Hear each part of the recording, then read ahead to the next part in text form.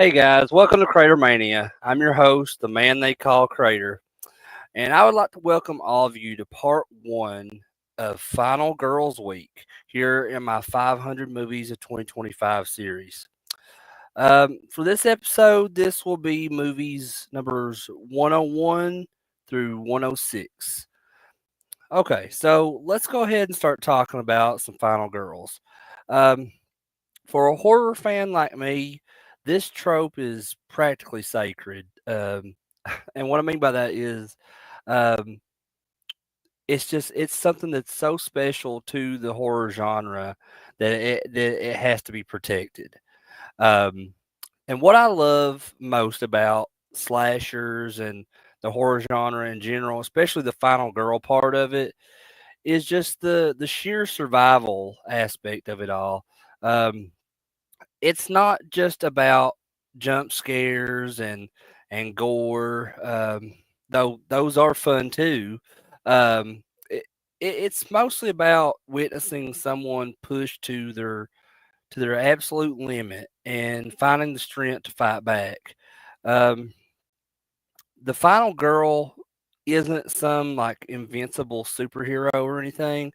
They're usually just like the ordinary girl, or the virgin, the quiet one, the one who just like observes and learns from the others.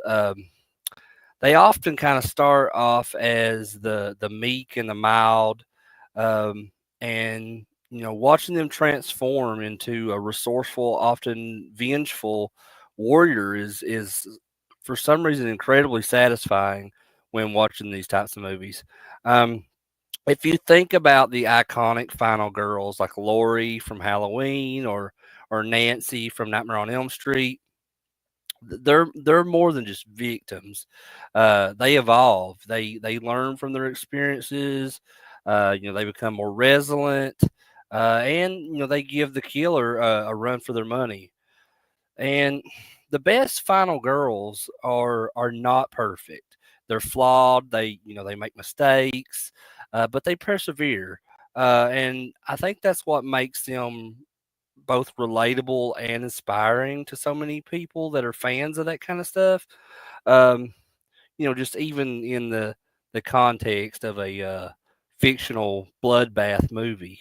Um, but the psychological aspect of the final girl is also pretty fascinating to me. Um, if you think about the trauma they endure, their friends are brutally murdered, they're stalked and chased, and they often have to just confront pure evil face to face. Um, and exploring the long term effects of this trauma is something more modern slashers are starting to do more and more, and I think it adds a whole new layer of depth to the genre. Um, but however, the final girl trope is not without its potential pitfalls. Um, it can be predictable and at times even sexist. The virgin survives trope, while historically significant, it can feel tired and limiting if not handled with care. And a lazy final girl is just boring. Someone who gets lucky without demonstrating any kind of real skill or intelligence or inner strength or anything. Who wants to see that? Hey, Greg, thanks for being here, man. Yeah, oh, you hope all is well. Yeah, everything's good so far, man. I mean, we're still kind of recovering from the flood and everything, but everything is getting back the way it used to be, pretty much. So thank you for asking, and thank you for being here, man. But before I get into the movies tonight, I just want to go over a little bit about Final Girls, how I feel about that type of stuff in horror movies, and just what I love the most is, like I said, is the survival aspect, the transformation of the ordinary girl into the extraordinary girl. Um, and just the whole psychological depth of it all, that overall feeling of just seeing someone overcome these nearly impossible odds. Um, but I guess I'll go ahead and jump in to the movies now, and I'm starting this one off with a bang this week. I feel like this is the movie that started it all with the final girl trend, and I got a little bit of change of scenery tonight. As you see, I got a different poster behind me tonight, other than the one I usually have of the Evil Dead. So this is the first movie I'm doing tonight, the Texas Chainsaw Massacre from 1974. This is my autograph poster. It's signed by Marilyn Burns, Gunnar Hansen, John Dugan, and Ed Neal.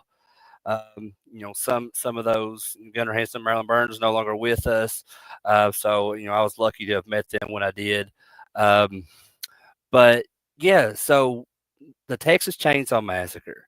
I mean, Toby Hooper, when he put this out, it's to say the least, it's one hell of an experience.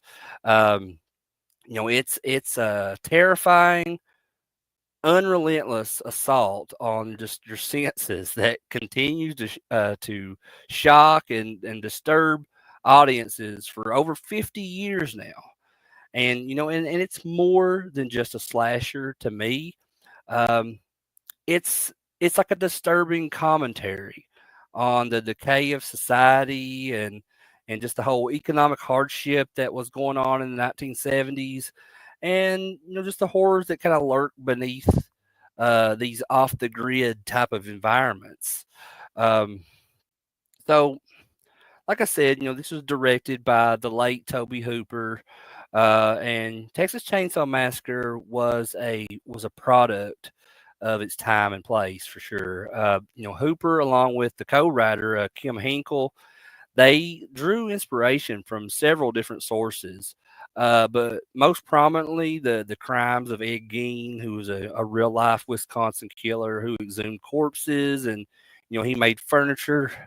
Um, and clothing from their skin and bones, and that just served as a foundation for the film's like unsettling aesthetic, I guess. Um, but however, Toby Hooper, he also put in elements of social commentary, drawing parallels between the violence in Vietnam and all the different like violence that's depicted in the movie. Um, and also, like I said, the decaying society and just that economic hardship that was faced by like a lot of Texas farmers in the 1970s. That really provided like a backdrop of just desperation and rage, I guess, that contributes to the film's overall sense of this like uneasy feeling for the audience.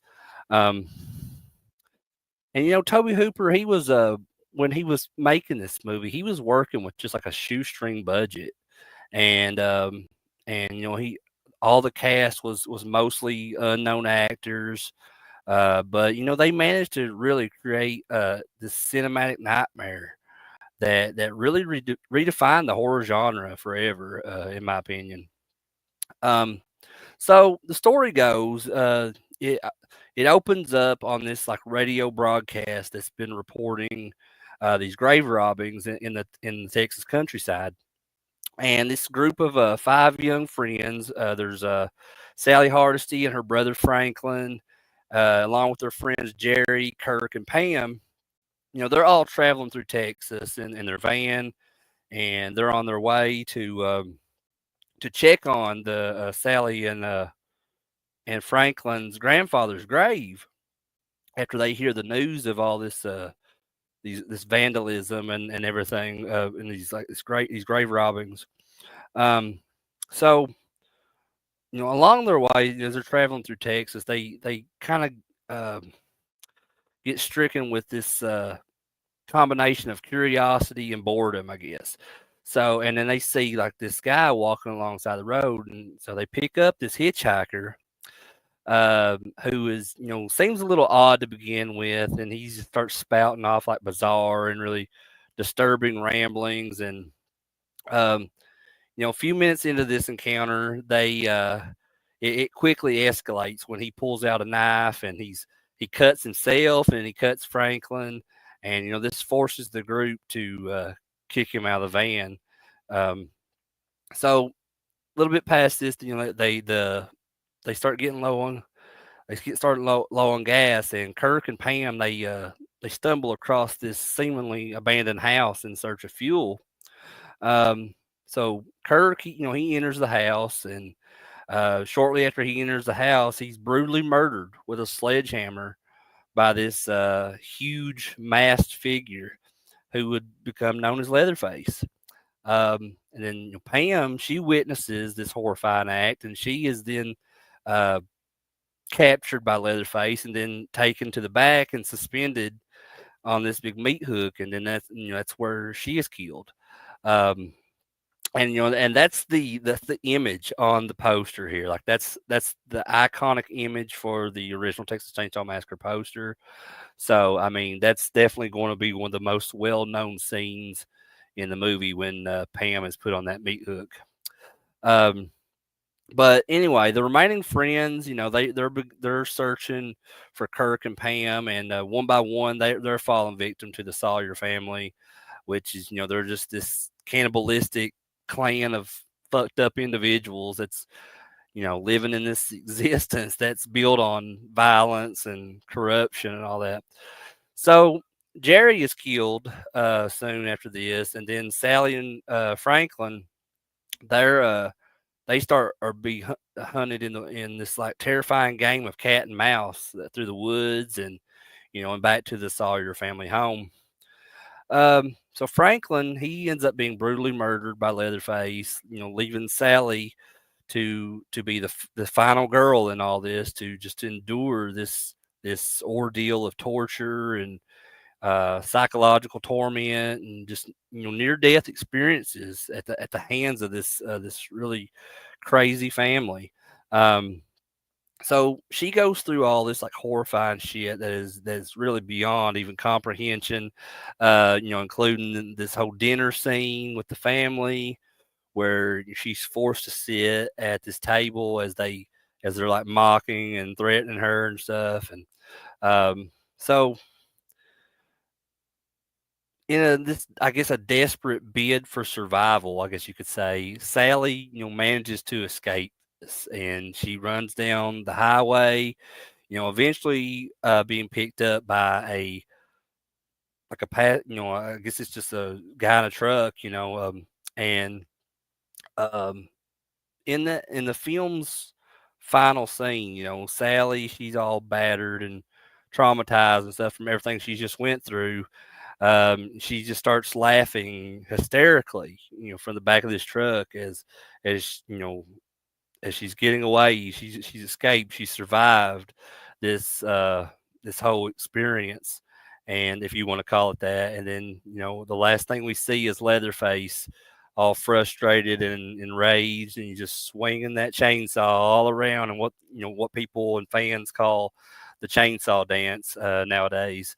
And that's another iconic scene, iconic image from the movie, and something it will always be memorable. And that's how it ends. That's how the movie ends. And it's the movie is just an absolute masterpiece. Um, One of my film heroes, Joe Bob Briggs, I believe this is his favorite movie of all time. He calls it an absolute perfect movie. I don't know if I would call it a perfect movie, but I do believe it is an absolute masterpiece. It was a game changer for horror. It started the whole trend of the final girl, and to talk about some of the more important characters here from the movie, I guess we go ahead and start with the final girl herself, the quintessential final girl, Sally Hardesty, played by Marilyn Burns. Sally, man, you got to hand it to her. She really endures some unimaginable horrors in this movie. And she just exhibits, remarkable resilience in her fight for survival. I love the scene when as she's escaping from the dinner table and she just breaks through the window, just jumps through the glass window. It's just like, that's hardcore shit right there, and it shows how much she really wants to get out of this situation. Um, but her vulnerability and terror make her really relatable as well, and just and that eventual escape that she makes is definitely a hard won victory for her. Um, and you got her brother Franklin Hardesty, who's played by Paul A. Partain. Um, so Franklin, he's in a wheelchair, and he is portrayed as somewhat kind of irritating to the rest of the friend group. Just and that contributes to the sense of this unease that's surrounding the movie. Um, but his vulnerability really makes his brutal demise all the kind of more shocking, and like I always it always makes me sad when because like he just he didn't have a lot going for him in the world. I mean, if he for one, he is disabled, and then he's having to spend time with his sister and her friends all the time. So, you feel sorry for him in a way. And so when he's killed by Leatherface late into the film, um, it's kind of sad. And but yeah, I'll be honest with you, I liked Franklin. I liked the character. I mean, he was annoying at times and all that, but I just thought that really added to the charm of the movie. Um, and of course, you got the iconic mass killer himself, Leatherface, played by Gunnar Hansen. And in the original, Leatherface is not just this mindless monster or anything. He's a really deeply disturbed individual who wears the faces of his victims, and he's used by his family as this tool to that kind of reflects the brutality and everything of their existence, because he's the one that's been used to take out all these people, and that are becoming the Sawyer family's victims, uh, and eventually they're going to be turned into food for the Sawyer family. um, so speaking of the Sawyer family, the rest of the Sawyer family, let's start with the hitchhiker himself, played by Ed Neal. So the importance of the hitchhiker in this movie is that he really sets the tone for this unsettling, descent into madness. Just because when he's the first that we see, this first character we see in this movie that really represents that unsettling feeling, and just it kind of everything is like bizarre behavior and everything. It really foreshadows what's to come in the rest of the movie. So I thought, Ed Neal is brilliant in this as his portrayal of Hitchhiker, and yeah, I mean it's just one of the many reasons it makes this movie a masterpiece. Um, then you got the cook or Drayton Sawyer, whichever you want to call him, played by Jim Seidel. He's the patriarch of this Sawyer family, and Drayton, he is this foul mouthed, aggressive individual who runs this gas station. And he also presides over the all the Sawyer family's cannibalistic activities. Um, and he acts as like that main driver of Sally's torture and her imprisonment and all that. So yeah, he's a really cool character, and I love when they brought back his character, in Texas Chainsaw 2. So and I love his character even more in that one. But I'll talk about that one here in a little bit. Um, and then of course you got Grandpa, who's played by John Dugan. He's just this older, decrepit member of the Sawyer family, and he's believed by the family to be the most skilled butcher there ever was. Um, and the family attempt to let Grandpa kill Sally, but he's too weak to do so. Um, But yeah, that's I didn't want to go over all of the characters from the movie. I just wanted to talk about some of the most important ones that I thought that should be talked about. And even Grandpa, even though he has a really small role in the movie, I still feel like he is an important element of the whole situation that Sally's been put in, and he deserved to be mentioned. Um, but I guess I'll go ahead and talk about now some of my most memorable moments from the movie. So, one of the first ones I think of is the sledgehammer kill to Kirk. Kirk, he takes this brutal and just unexpected death at the hands of Leatherface, and it's really just a shocking introduction to the film's just uncompromising violence, and it just really kind of just opens the floodgates to what we should expect from this character Leatherface.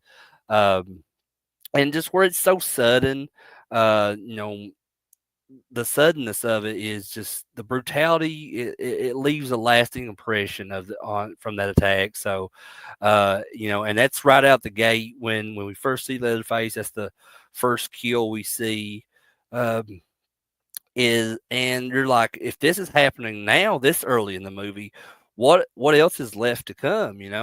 Um, but I think people's only going to think that, on their first watch of the movie. Of course, people like me and other huge horror fans and fans of Texas Chainsaw that's seen it countless times. We know what's coming, of course. And then, right after that, it just we get another shocking turn of events when Leatherface runs out, captures Pam, takes her to the back room, and Pam's agonizing screams and just desperate attempts to escape. Um, is just are foiled because she gets impaled on this meat hook, and it's really deeply disturbing as well, and just you know it's an iconic scene. I mean, it made it on the poster, so I think it was going to definitely make an impression on people. Um, and then you look at like the dinner scene, where they're all there with Sally, and she's been kind of held captive during this. Um, this whole prolonged sequence of just psychological torture, where Sally is forced to sit at this table and with the Sawyer family, and as they're just taunting her and threatening her, it's just a really powerful like scene, and building tension and dread. So yeah, I think that, and I know that Trick or Treat Studios is getting ready to come out with these new 5-inch figures from the Texas Chainsaw Massacre, and I've got those things pre-ordered. They look great. Um, and there is a play set they're releasing as well with the dinner table that comes with Grandpa and Sally. I'm pretty sure both of those figures come with the dinner table, so I'm excited to see what those look like when I get my hands on them. But also, there is just Leatherface's rampage. At the end of the movie, like I said, I talked about that, how iconic that imagery is. In the film's final moments, with Leatherface chasing Sally down the highway, while just wildly swinging his chainsaw around. It's just very iconic and terrifying at the same time.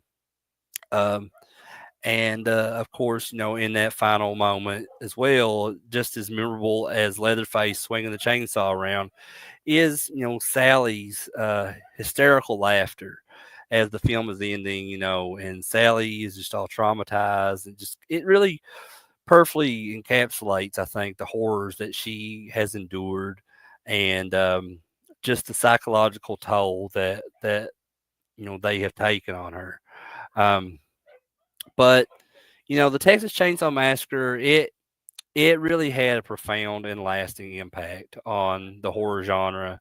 Um, it's considered to be one of the most influential horror films ever made, and it helped really popularize the the slasher subgenre. It really got the trend going for the whole final girl thing, and just the film's gritty realism. It's focused on psychological terror and just this really this unflinching, I guess, depiction of violence. It sets a new standard for horror filmmakers. Um, and of course, the influence from the movie can be seen in countless horror films, including Halloween and Friday the 13th and The Hills Have Eyes. Um, it's just those themes of this decaying society and family dysfunction and just the that primal nature of violence. That continues to resonate with fans of horror today. Um, and also Leatherface, remains as one of the most iconic and recognizable horror villains of all time. And his image, his his image continues to be used in all kinds of things in pop culture. Just the Texas Chainsaw Massacre is really, like I said, more than just a horror movie.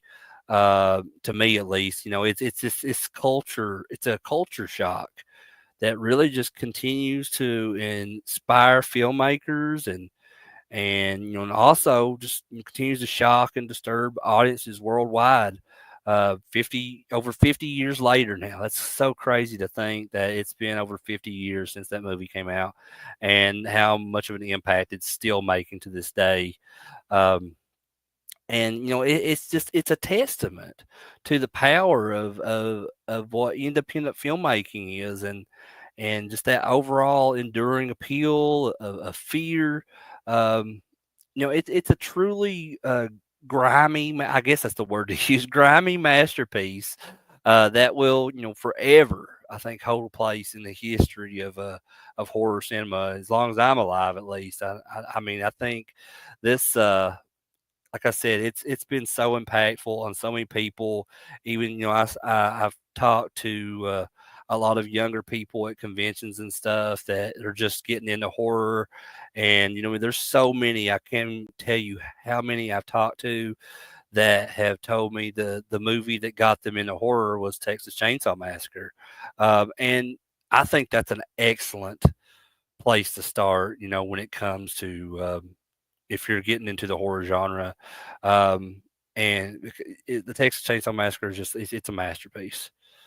It's a masterpiece that it's hard to be touched. I will say that. Um, but Greg, you said it was filmed like it was a found footage film. Yeah, I definitely feel that way. Like especially in the beginning. When they're doing the news report and everything, and so and it's got like the guy broadcasting, telling all about all these grave robberies and these all the vandalism and everything, and then just the way the close-up shots, like in the van and stuff, when they pick up the hitchhiker, even that kind of feels like found footage, amateurish filming. But I think that was the whole point, like because that's why Toby Hooper was going for a sense of realism um, with this movie, and it was, it broke a lot of ground for sure. Um, but I guess I can move on now to the next movie that I watched for Final Girls Week, and um, I decided, if I'm going to watch the Texas Chainsaw Massacre, I gotta watch my favorite Texas Chainsaw Massacre of the franchise, and that's the Texas Chainsaw Massacre Part Two, which was released in the year that I was born, 1986. And it's of course it's a sequel to Toby Hooper's 1974 classic. Um, and while attempting to follow up on the raw terror of the original movie, this one changes dramatically, and it embraces a much darker and almost cartoonish brand of black comedy, and and of course just all the over the top gore. Um, and like I said, this is directed by Toby Hooper again, and it was Hooper's return to the franchise after a 12-year hiatus. That's crazy. Um, that's so crazy. After 12 years, he decided he's going to do a sequel, and and this sequel was it was born out of this desire to offer a much different take on the Sawyer family story. Um, Now, while the original aimed for a more realistic and unsettling portrayal of the Sawyer family, Toby Hooper was influenced by success of films from the '80s like Evil Dead, and he wanted to opt for a more exaggerated and dark comedy tone for the sequel. Um, and also the origins with this lie and that frustration that Toby Hooper had when he was making the original film because um, it was being interpreted as this straight up slasher when Hooper always saw this darkness and absurdity within it. So he wanted to fully embrace that absurdity this time around with the sequel, and it wasn't too hard to do that when the film was produced by Canon Films, who was known for their like low budget action and exploitation films especially in the '80s. And don't think that I'm knocking Canon Films because I absolutely love Canon Films. I love those guys. I forget their name, Golan and something else, like the two guys that was always the producers for Canon Films and all the American Ninja movies and like Chuck Norris movies and stuff like that. I love that stuff. I think Canon Films also did the Dolph Lundgren Masters of the Universe movie. There's a whole documentary on Canon Films. I forget what it's called, but I watched it about a year or two ago. You guys should seek that out if you like Canon Films. Definitely watch that. It's really worth the watch. But like I said, there's a lot of absurd stuff in those Canon Films. So that was when they produced this movie. That kind of stuff was to be expected. And I think it just really further contributed to the movie's over the top aesthetic. Um, so as the story goes, oh yeah, Greg, you're right. They were given the Sawyer name for Texas Chainsaw Massacre Part Two. Yeah, they don't ever refer to them in the original as the Sawyer family, um, but I do that now because of Texas Chainsaw Massacre Part Two. It's become a habit at this point. Um, but like I said, the story for this picks up years after the events of the original movie, with the Sawyer family still lurking in this like Texas landscape, I guess, and they're still continuing their cannibal ways, and the story kicks off with the gruesome deaths of these two obnoxious high school seniors. I mean, these guys are assholes, but I love them in this. I love their part in the movie. Buzz and Rick the Prick, who meet their end at the hands of, or really at the chainsaw of a Leatherface while they're on the phone harassing this radio DJ Vanita Brock, which you don't know her as Vanita Brock in this. We just know her as Stretch, but she does make a cameo appearance as a reporter in Texas Chainsaw Massacre Part Three, and and it shows like her name is Vanita Brock, and it was confirmed in the commentary on Texas Chainsaw Massacre Part Three that is the same character. So, but we know her as Stretch, and that's what we're going to refer to her by from here on out, in this review at least. But like I said, they're these guys, Buzz and Rick the Prick. They're on the phone with Stretch, and they're just harassing her. And then as it's going on, they are killed by Leatherface, and it's inadvertently recorded, which leaves Stretch with this horrifying audio tape. Um, and then after this, we're introduced after the events of Rick the Prick and Buzz getting killed. There's a whole crime scene in that area the next day, and we're introduced to Lieutenant Enright, which is better known as Lefty, and he's this vengeful uncle of both Sally and Franklin Hardesty. Because they were in the first film, and so everything that he knows about that situation, he's haunted by the past of that, and Lefty has dedicated the last 13 years to hunting down the Sawyer family, and so when he meets Stretch and she brings him the audio tape, he sees this as a chance to get revenge on them. And so he ends up, asking Stretch to play that tape on her radio show. And, and LG is like, "You're going to get in trouble for this, darling."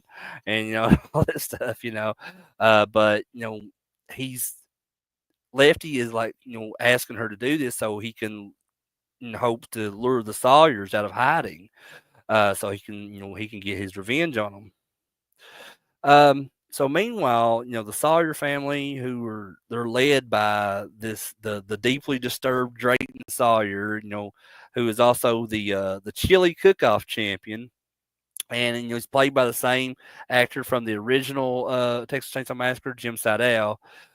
So like I said, he leads the Sawyer family here, which also consists of Leatherface and a new character, the psychotic Chop Top, who is my absolute favorite character in the whole movie. And then they also Grandpa's still there with them, and then at the end of the movie we see the corpse of Grandma.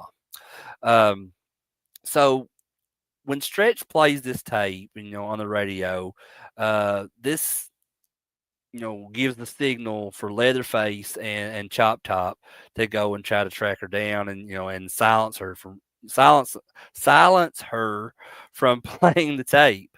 Um, and like so, and I love the scene when we were first introduced to Chop Top, as she walks in, and he's just like, I mean, he's really to me to this day, he's definitely one of the creepiest characters in all of horror movies. Um, and Bill Moseley just, I mean, he just masterfully portrays that role. I mean, it's an absolutely legendary role from Bill Moseley. I think it's to me, it's his best role. I know a lot of people will argue, well, Otis was his best role from House of Thousand Corpses or Devil's Rejects or but no, to me, Chop Top is the best role that Bill Moseley ever had. Absolutely love it.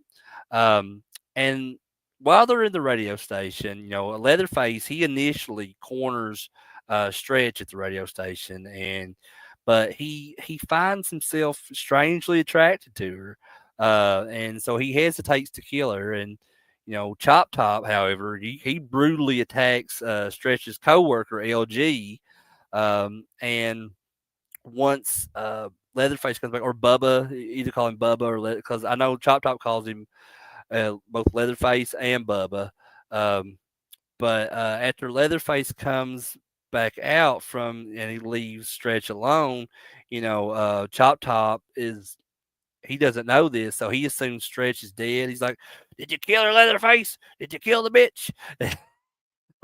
So, like I said, Bill Moseley has absolutely, I mean, it's amazing just how he portrays this character, and I'll get more into that here in a little bit. But like I said, since Chop Top is assuming that Stretch is dead, um, Chop Top and Leatherface they take LG back to their like underground lair, which is kind of located beneath this abandoned amusement park, and down there in the lair, there it's this really bizarre and grotesquely like decorated space. It's filled with like human remains and just all this junk. But it really like just it's a really kind of unsettling atmosphere and environment. So, but I mean, I just again just another thing that really makes this one of the best horror movies of the '80s. Um, so, like I said, Stretch was left alone, but so she follows the Sawyers, eventually, becoming trapped within their lair, and that's where she finds LG and everything, and he's got his skin peeled off and everything, and so he's trying to help her, like after she gets caught again by Leatherface, but Leatherface just ties her up and leaves her alone there. LG comes back to kind of consciousness for temporarily, enough to just cut her free, and then and then he just falls back and he dies.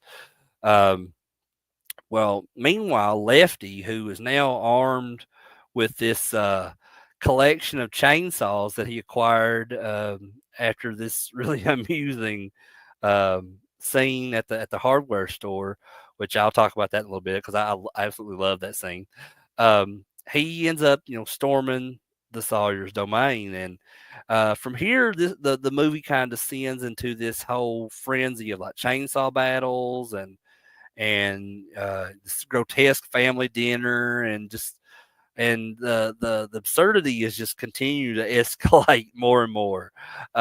So then it culminates in this whole battle with this chainsaw battle between Lefty and Leatherface, and Drayton just is starting to embrace the fact that this could be the end for him and the Sawyer family, and all while that's going on, Stretch is still fighting for her survival in this nightmarish landscape. So like I said, the movie just it culminates in this whole climax where Lefty seemingly sacrifices himself to take down Leatherface and Drayton, and Grandpa was down there with them too.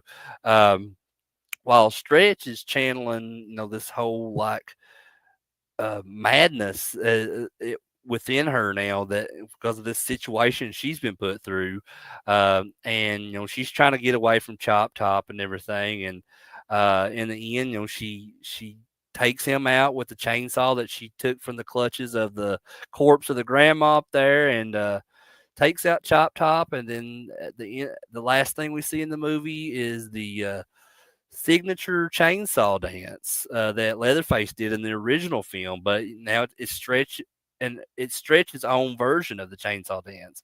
So and that's how the movie ends. Absolutely amazing movie.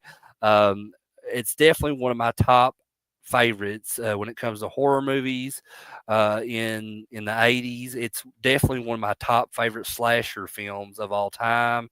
And absolutely, like I said, my favorite Texas Chainsaw movie of the franchise. Um, so to take a little deeper look at some of these characters, we got to start with Stretch, who's played by the amazing Caroline Williams. I mean, she does a fantastic job in this, and she's just this really kind of unlikely hero of the whole story. But she ends up becoming the final girl in all this, and but she starts off, as this kind of just a resourceful radio DJ who's wanting to kind of find out what's going on. And, soon, after this, she becomes really fearless, and, um, and she just, becomes this target though for Leatherface and the rest of the family. But, and it forces her to fight for her survival.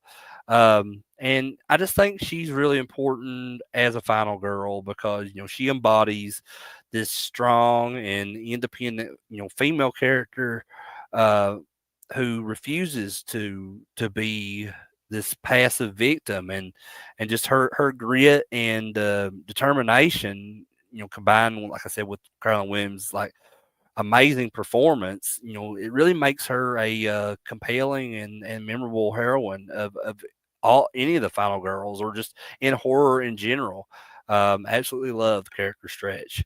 Um, so next we have Lefty, who's played by Dennis Hopper, and Lefty is just this unhinged and you know uh, like revenge-driven uncle, like I said, of Sally and Franklin, and he's consumed by this desire to avenge them, and bring the Sawyer family to justice, even if it means killing them all. So from what I remember, I think Lefty was like a former Texas Marshal or something like that, and so that's the kind of experience that he's bringing to this hunt for the Sawyer family. And so he ends up, equipping himself with these all these chainsaws and stuff that he bought, and he kind of becomes like a really a force of nature in this movie. Um, and it really hit that whole like aggressiveness that he brings in his character. Almost matches the Sawyer family's brutality, and like I said, his character is important because it lies in representing like the rage and the grief that's felt by all of the original films victims family members, I guess. So it that in that sense it adds like a layer of really emotion to it, and however, it's kind of, it's very exaggerated, but I think that's what makes it, even more entertaining. And just, Dennis Hopper's, really eccentric and intense portrayal is definitely a highlight for me. Um, and then Leatherface in this. So Leatherface is portrayed by, I think, three different people. If there's more than three, I'm not sure who the other ones will be, but I do know that, all the close-up shots of Leatherface in this are done by Bill Johnson. And the other two that I know of like that does all the rest of the scenes and the stunts and everything is Bob Elmore and Tom Morga, I'm pretty sure. Um, and if there's any more than those three, I don't know of them. But Leatherface, again, remains to be the iconic chainsaw wielding brute that we all know and love. But in part two, his character gains kind of a twisted sense of humor and this like strange, almost childlike, you know, infatuation with Stretch. Um, he's still a terrifying presence, but he also is capable of moments of like this bizarre affection and frustration. Um, However, part two does expand on his character in ways the original didn't. So it showcases this bizarre, I guess, vulnerability, and just it makes him more than I think just a mindless killer. Um, Greg, you said wasn't it implied that Lefty and Stretch were brother and sister? Franklin was also their brother, and Sally was the other. Well, the thing is about that is not. I don't think that Lefty and Stretch were related at all. Um, i- if it was, I mean, then I never caught that. But there is I have talked to people before about this movie, and they've said that they believed that Franklin was Lefty's brother. Um, but early in the movie, when we see Lefty, for the first time, and he's talking to that cop says something to him about his brother's kids getting in all that trouble, all that. So that's why I always assumed that Lefty was the uncle to Sally and Franklin. But but what I've talked to people about in the past, they make that confusion because when Lefty finds Franklin's skeleton in that wheelchair when he gets to the Sawyer family's lair, he's talking to the skeleton, and he calls him brother. But I think that's just kind of like a slang term because like I call people brother sometimes, and Hulk Hogan calls everybody brother. Um, but yeah, I was just always under the impression that Lefty was Sally and Franklin's uncle, and I didn't think he was ever related to Stretch. But I could be wrong. I don't know. I mean, that's just going by what I thought. Um, but let me see. So getting back to it, so I just covered Leatherface's character. So moving on to my favorite character of this movie, and my absolutely favorite Bill Moseley role of all time, Chop Top. I mean, I think he's definitely the most memorable addition to the Sawyer family, if anything. And then he's this. I guess he's like this Vietnam veteran, and he has this metal plate in his skull, which he scrapes, with a coat hanger, and Chop Top. He's just a very hyperactive and very manic, and just I mean, like I said, one of the creepiest characters I've ever seen in horror. Um, but he's very important to this story because he's like uh the embodiment of the movie shift towards black comedy and that over the top violence. And just that his performance is legendary in this. I think he's a fan favorite for a lot of people that are fans of the Texas Chainsaw franchise. Um, yeah, definitely unforgettable for sure.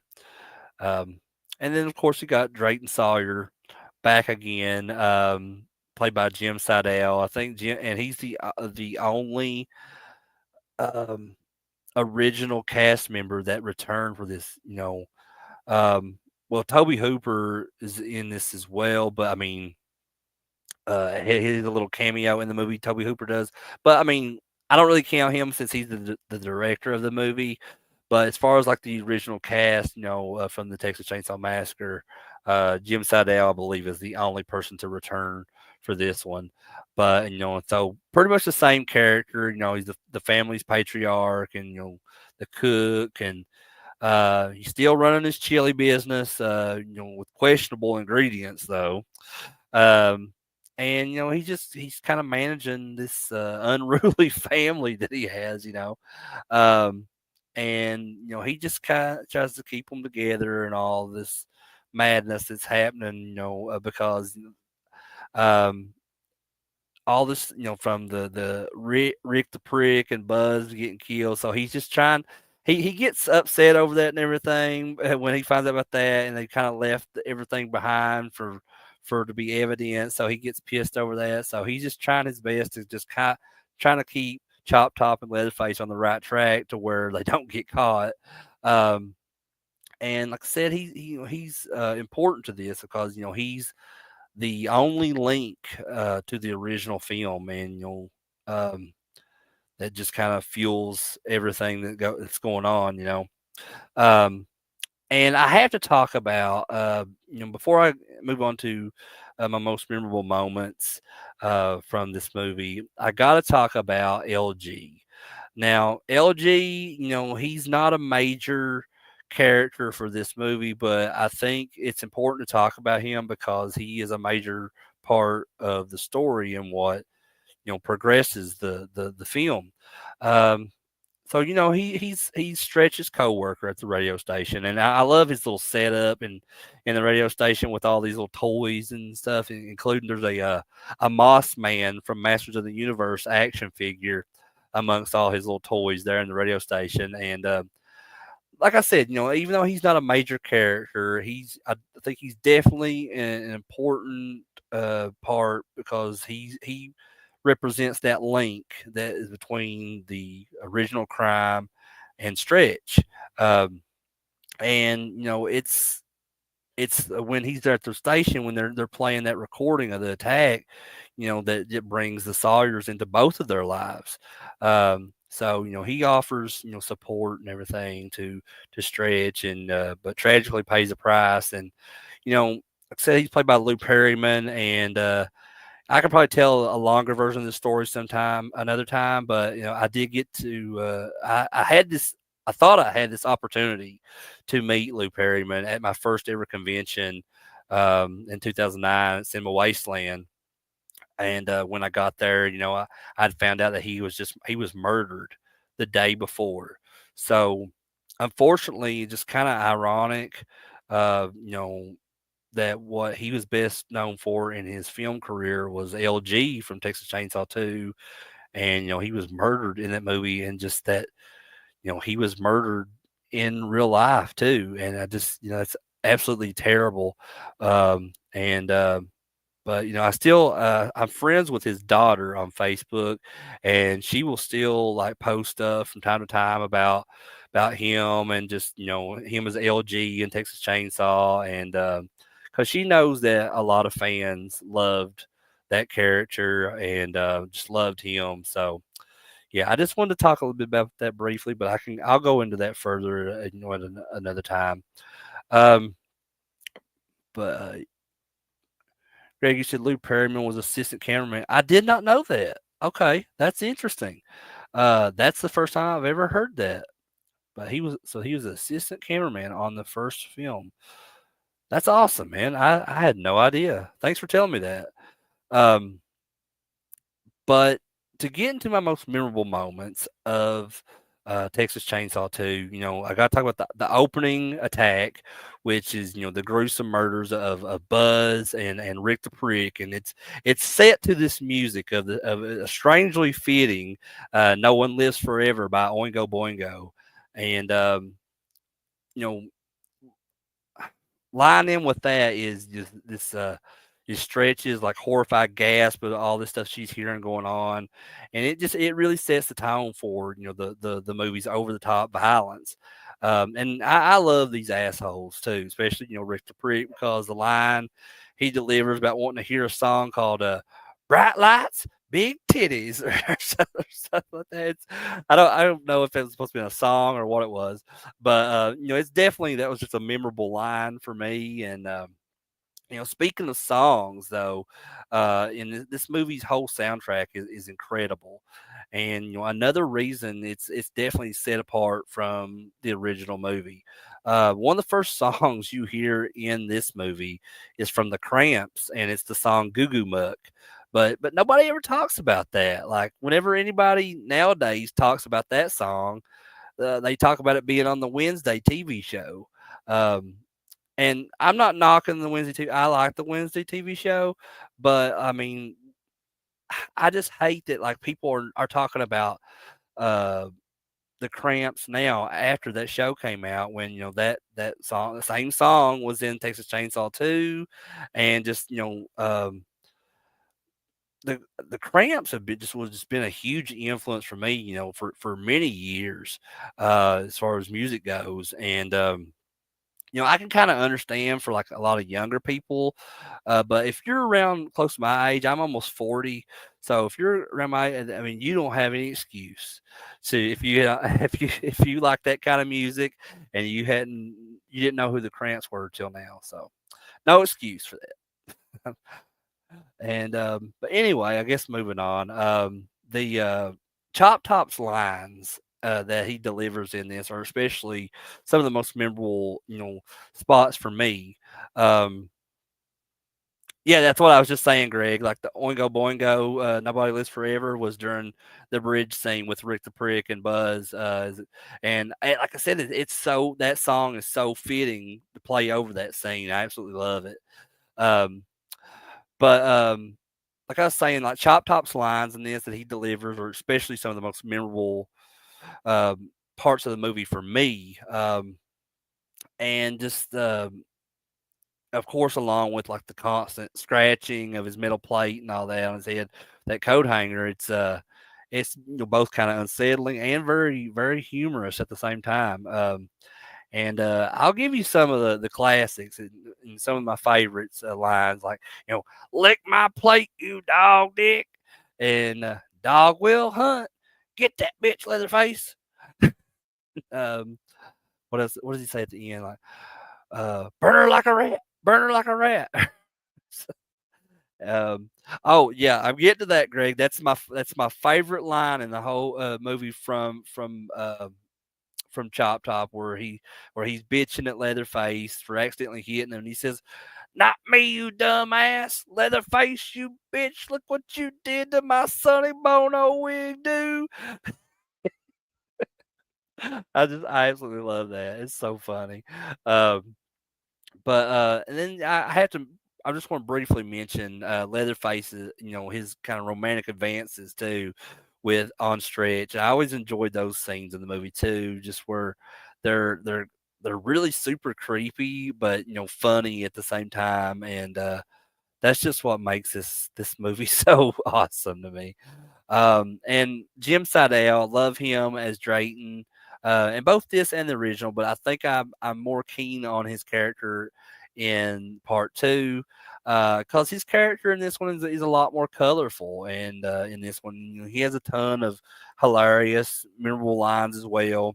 especially when he's insulting someone. He's like, "You coon shit, you fudge packer," and bitch hog, and when he's trying to find that grenade in that he has, he says, "Where's that old fuck you, Charlie?" It's always so funny to me because that's my dad's name is Charlie, and just I don't know, that's just such a random and out of nowhere line.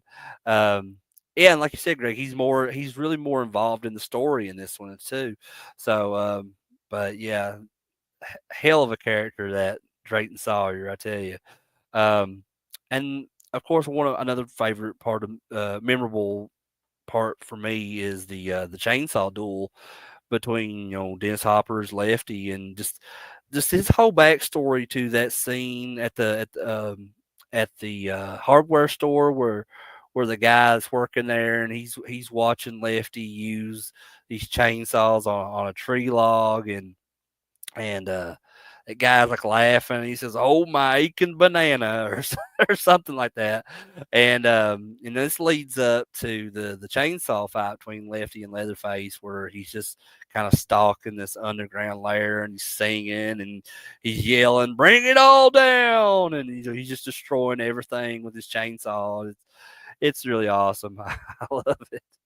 Um, but Texas Chainsaw Massacre Part Two, I think it was originally met with like mixed reviews, with a lot of critics and fans of the original finding it too different in tone. But I think over time, it's definitely gained a cult following from a lot of people, and it's now recognized for its like I think unique contributions to the genre. Um, and it demonstrated that horror sequels could deviate from the original formula, and they could still be successful. So I think this movie paved the way for a lot of other horror franchises to kind of experiment with different tones and styles. Um, and then it also helped popularize the use of just a lot of excessive gore and dark humor in horror films. And I think it influenced movies like Brain Dead or Dead Alive, whichever you prefer. From Peter Jackson. Um, and then it's got several memorable characters as well in this. Characters like Chop Top, have just become iconic figures at this point in horror, and it's inspired just countless other villains, I think, as well. Um, Greg, you said the originally was released unrated, so there was a limited theatrical run. Yeah, that is very true as well. That's something to consider definitely when it comes to this one. Um, and yeah, so I mean, but nonetheless, it's definitely had an impact on the genre for sure. And just the films like the set design is just kind of over the top as well. The special effects is just it really influenced this whole, like, I guess, visual aesthetic of a lot of horror movies that came after this. Um, and it may not be as universally acclaimed or whatever as the original movie, but it definitely, and to me at least, it remains a very significant and influential movie in the horror genre, because it has this willingness to just embrace that absurdity and gore, and you combine that with all these memorable characters and just the different visuals in the movie. It really is cemented itself as a cult classic, and just a testament to Toby Hooper's unique vision, I think. Um, so yeah, I mean, I definitely, if you've never seen the Texas Chainsaw Massacre Part Two, highly recommend it. It's one of my highest recommendations for '80s horror. Yeah, it's not one that should be missed for sure. Um, so I guess moving on to the next movie. Um, so to deviate away a little bit from the typical slasher movies. I would call this movie a slasher as well, in its own way. So this is Chopping Mall, which was also released in 1986, and it was released as under the title Killbots in some places. And it's just this very cheesy, yet surprisingly entertaining horror comedy, from 1986. It's just a perfect example of that whole era's, over the top practical effects and like the campy dialogue and just you got some gore thrown into the mix, and it's just all wrapped up in this premise. That's so absurd, but yeah, it's brilliant at the same time. I think, um, and this film is a Roger Corman production, and it was directed by Jim Wynorski, who was this director who's known for like his B movies, uh, um, and exploitation films. So, Wynorski, along with the co-writer of this, Steve Mitchell, they just crafted this story that kind of blends elements of slasher films and science fiction and humor. And the movie's origins lie in like this all these anxieties that were surrounding technology at the time, and just the consumerism as well that was also very present in the 80s, and just that simple desire to make this really fun and gory movie. So Wynorski, he made the film as a spiritual, I guess, successor to his earlier film called The Lost Empire, which does have a cameo appearance in this in the form of the Lost Empire's poster up in the pizza place that Allison and Susie work at. Um, so the story for this goes, they're at this place called the Park Plaza Mall, and the Park Plaza Mall is the proud new owner of this state of the art security system. And the centerpiece of this system is these three protector robots. They're these just big machines that are armed with tasers and lasers and tranquilizer guns, and just their program mission is to stop any crime in the mall. Um, and our main characters here are this group of young employees that from various stores within the mall. And Allison and Susie, they work at this pizza place, while Susie's boyfriend Greg, along with their friends Ferdy, Rick, Linda, Mike, and Leslie, they all, I assume they all the rest of those, other than Allison and Susie, they all work at this furniture store in the mall. So after hours, they decide to throw this big party inside the furniture store, and complete with booze and music and Barbara Crampton's titties, and I love the part with the pizza place because on the walls in the background there's all these posters of these Roger Corman produced films like Slumber Party Massacre and Galaxy of Terror and Saturday the 14th. Um, I love little things like that that's always added in the background of these movies. Um, Greg, you said there's a cameo with Angus Scrim in Chopping Mall? Where at? Because I don't I didn't know that at all. That's man, you're teaching me. So I'm learning today. That's for sure. Yeah, let me know. Let me know where he's at. I'd love to go back and catch that because I didn't realize that he had a cameo in Chopping Mall. That's awesome. Um, but as I was saying though, so unfortunately, there's this freak lightning storm that strikes the mall, and which ends up frying the protector's central computer. This kind of flips their program from apprehend criminals to kill everyone, and these newly homicidal robots, they begin their patrol, and they end up killing these two technicians, including one that's played by Garrett Graham, and the janitor in the mall, which is played by Dick Miller. So those those people were unlucky enough to cross their path. Um, Greg, you said it's when they introduced. I need to go back and see that because if he was in it, I never noticed him. Um, that's really neat, dude. Thanks for telling me that. I'm gonna definitely go check that out later. Um, but like I said, they killed the technicians, and one of them being Garrett Graham, and then the janitor as well, Dick Miller. Um, but the chaos in this movie truly begins when Mike, he goes out into the mall, because Leslie sends him out there to buy a pack of cigarettes.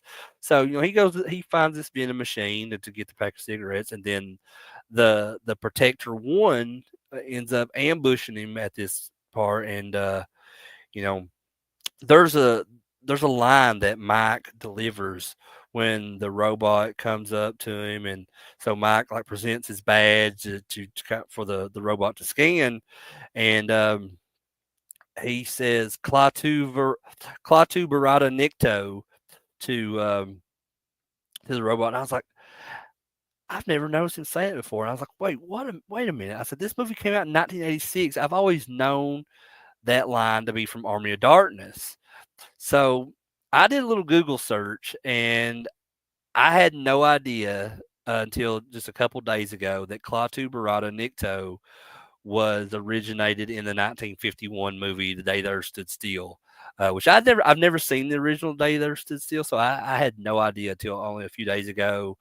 And then there's just all these other references to the phrase as well, like did you know that there's three different aliens on Jabba's sail barge in Return of the Jedi that are named Klaatu, one named Barada and one named Nikto, and there's just a bunch of other references to the phrase as well. So like, I mean, it's just crazy. Like I had no idea for years. I just thought that was from Army of Darkness.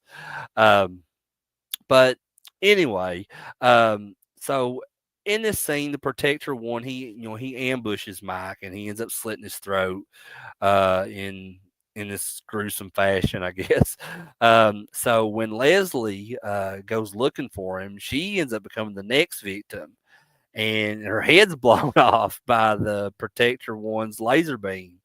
So the rest of the teens or young adults, whatever you want to call them, in this as at the party, they witness, her head get blown up, and it's causes them to start freaking out, and they barricade themselves in this like a stock room or whatever.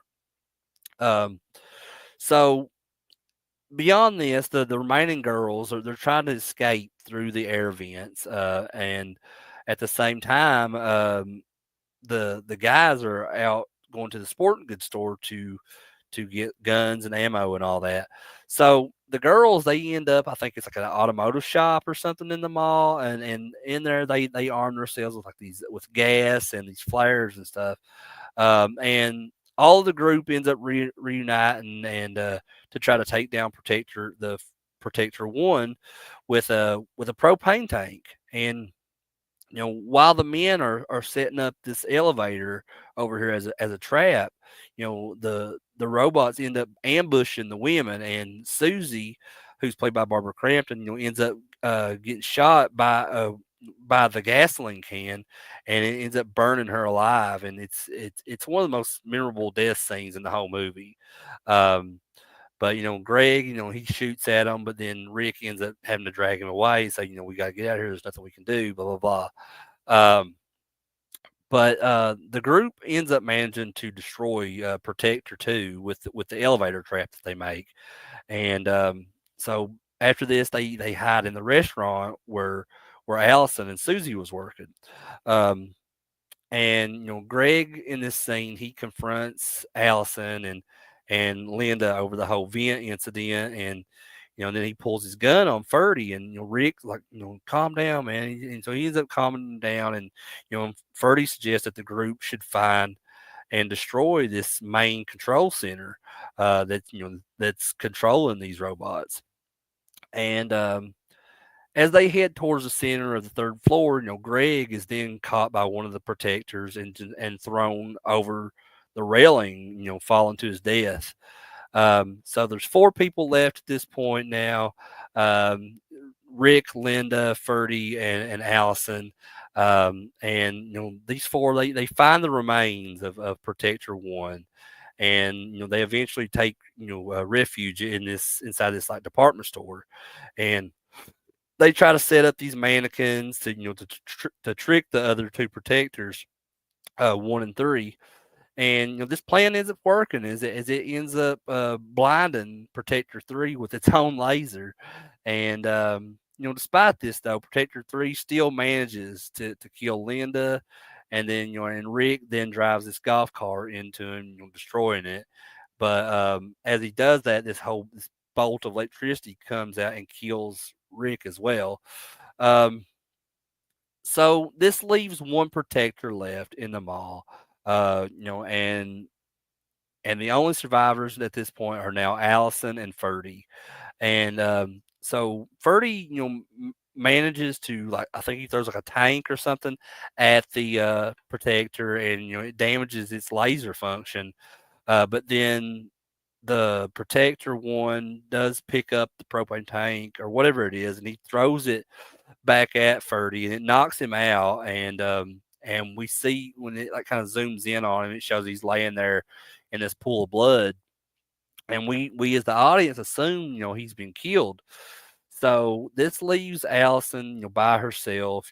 She is now the final girl of this movie, and she ends up managing to lure Protector One into this store called the Ellis Paint Company, and she starts taking all these paint cans and just like, dumping them out and everything, and she lures the like I said, the Protector One in there, and it ends up getting stuck in this all this thin paint and stuff that's on the floor.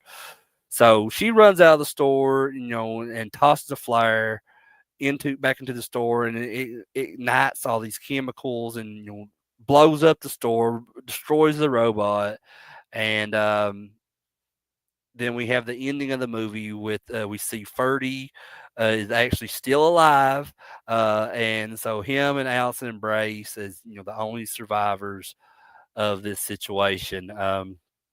And I absolutely love this movie. I love Chopping Mall. I think the first time I ever watched it was I was very young. So and I'd watched the edited version of it. So I think it was like on Sci-Fi Channel or something when I was a kid. So it wasn't until I was probably in high school or something I think I maybe rented it again, and then so I was seeing it unedited for the first time when I was when I was a teenager, and but I've loved it ever since. I think it's I'm a big Barbara Crampton fan. Love her. I love big Kelly Maroney fan. And there's a Russell Todd is also he plays Rick. He was in I think Friday the 13th Part Two, if I'm not mistaken. Um, so yeah, just a lot of really cool people in this movie. Also Roger Corman produced it. Jim Wynorski, just a lot. Of course, it's gonna be awesome. But there is a post credit scene. So this wasn't something that happened a lot, especially in the 80s horror and stuff. There's a post credit scene where shows one of the protectors coming down this hallway, and it chimes in with that catchphrase that we hear throughout the movie. Have a nice day, and I think that's so cool. That's a really clever way to throw that in after the credits. Um, so to talk about a little bit deeper about some of these characters in the movie, first Allison Parks, who's played by the wonderful and very cute Kelly Maroney. We also know her from Night of the Comet. I believe she had a small role in Fast Times at Ridgemont High too as well. I can't really remember, um, but she's the final girl of this film, and so she's just very smart, resourceful, and ultimately the one who defeats the final robot in this. So she's the audience's focal point for survival and all this, and Ferdy, who's played by Tony O'Dell. Um, he, I guess, ends up becoming Alice's boyfriend. When they first meet in the movie, they don't know each other. So like, but they, as the movie goes on, they're just developing this bond with one another, and I'm assuming like he ends up becoming her boyfriend. But he's kind of the more level-headed of all the male characters in the movie as well. He just kind of provides that support and eventually helping Allison fight back and all this. Um, then Rick Stanton, who's played by Russell Todd, and Linda, who is his wife, is played by Carrie Emerson. So there's this couple whose fate really highlights the movie's willingness to just to kill off anyone, except of course the main hero and her boyfriend. Um, but Rick's sacrifice is, I think, is one of the more brave moments in the movie because he realized that he just watched his wife get killed, and he has nothing left to lose, and he's going to just sacrifice himself to help the others escape at this point. So I really liked his character. Um, and then you got Susie, played by Barbara Crampton, her boyfriend Greg, played by Nick Segal. They're another couple in this that's just doomed by the chaos of everything, and that whole fiery death scene of Susie is particularly memorable, and I think probably the most memorable death in the entire movie. And just beyond that, Greg's kind of descent into this grief fueled rage. It really kind of adds a dark edge to his character. Um, and then Leslie Todd and Mike Brennan, who is the other couple in this that are the first. Well, aside from the engineers and the janitor, they are the first victims that are within the main characters of this movie. And they're played by Susie Slater and John Terlesky. Um, I don't know them from anything else other than this movie, but Leslie's head exploding death is definitely another one of the most memorable things about this movie, and it just when they're killed off, it that's when it really kind of sets the stage for this whole night of terror at the head of for the rest of the characters. Um, so, these characters, while they're often kind of one dimensional, they are important because they represent these typical '80s teenagers who were targets, in many slasher films. So they're also relatable, which it kind of makes their gruesome deaths all the more impactful. And just the environment that's set in at the mall, very big, thing in the '80s for people to go into the mall all the time and just spend a lot of their time there. So I always enjoy movies, not just horror, but just in any kind of genre that involves malls. And my favorite horror film of all time, Dawn of the Dead. It takes place in a mall, so it's always a really cool setting. Um, but I've kind of spoke on these already a little bit. Some of the most memorable moments for me, definitely Susie's being set on fire. That her death, it's really it's shocking and just kind of visually impressive for the time. With that scene, and of course also the head explosion, Leslie's head exploding after it got hit with a laser. Very cool effect, and I love how when they show all the characters in the end credits. When they show um what was her name again? Susie Slater that played Leslie. So when they like have her like name tagged on the screen, like it's a still shot of her head exploding, and I just thought that was a nice touch. Um, and then of course the paint store trap, very clever and very satisfying conclusion to end this movie. Because it just kind of it showcases Allison as the final girl and her resourcefulness, and she's doing what it takes to stop all this madness from these robots. um, and I can't talk about memorable moments without mentioning the constant "Have a nice day" catchphrase, from the protectors. Because if you set aside with their murderous actions, it really becomes more of a very hilarious part of the movie to me, at least. Um, so Chop and Mall, it has achieved, I think, cult classic status at this point. Um, its main legacy is really just the film's ability to blend horror and humor and just this kind of social commentary on technology.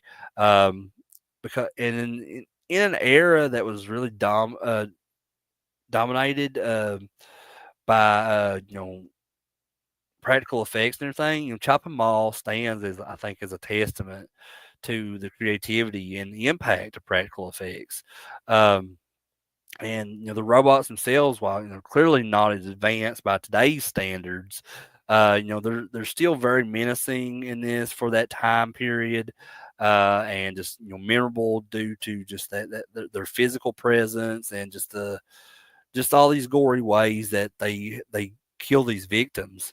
Um, and beyond the horror elements of this, the film I think perfectly, like I said earlier, it captures that aesthetic and the anxieties of the '80s, whether it be with the mall setting itself or just the all these you know issues that people had with technology at the time. Um, but Chopping Mall for me is definitely a guilty pleasure. I think it delivers exactly what it promises. Killer robots, cheesy dialogue, gruesome deaths, and just a ton of just '80s nostalgia. I love it. It's fun. It's silly. It's surprisingly effective, as a horror film that deserves, a cult following.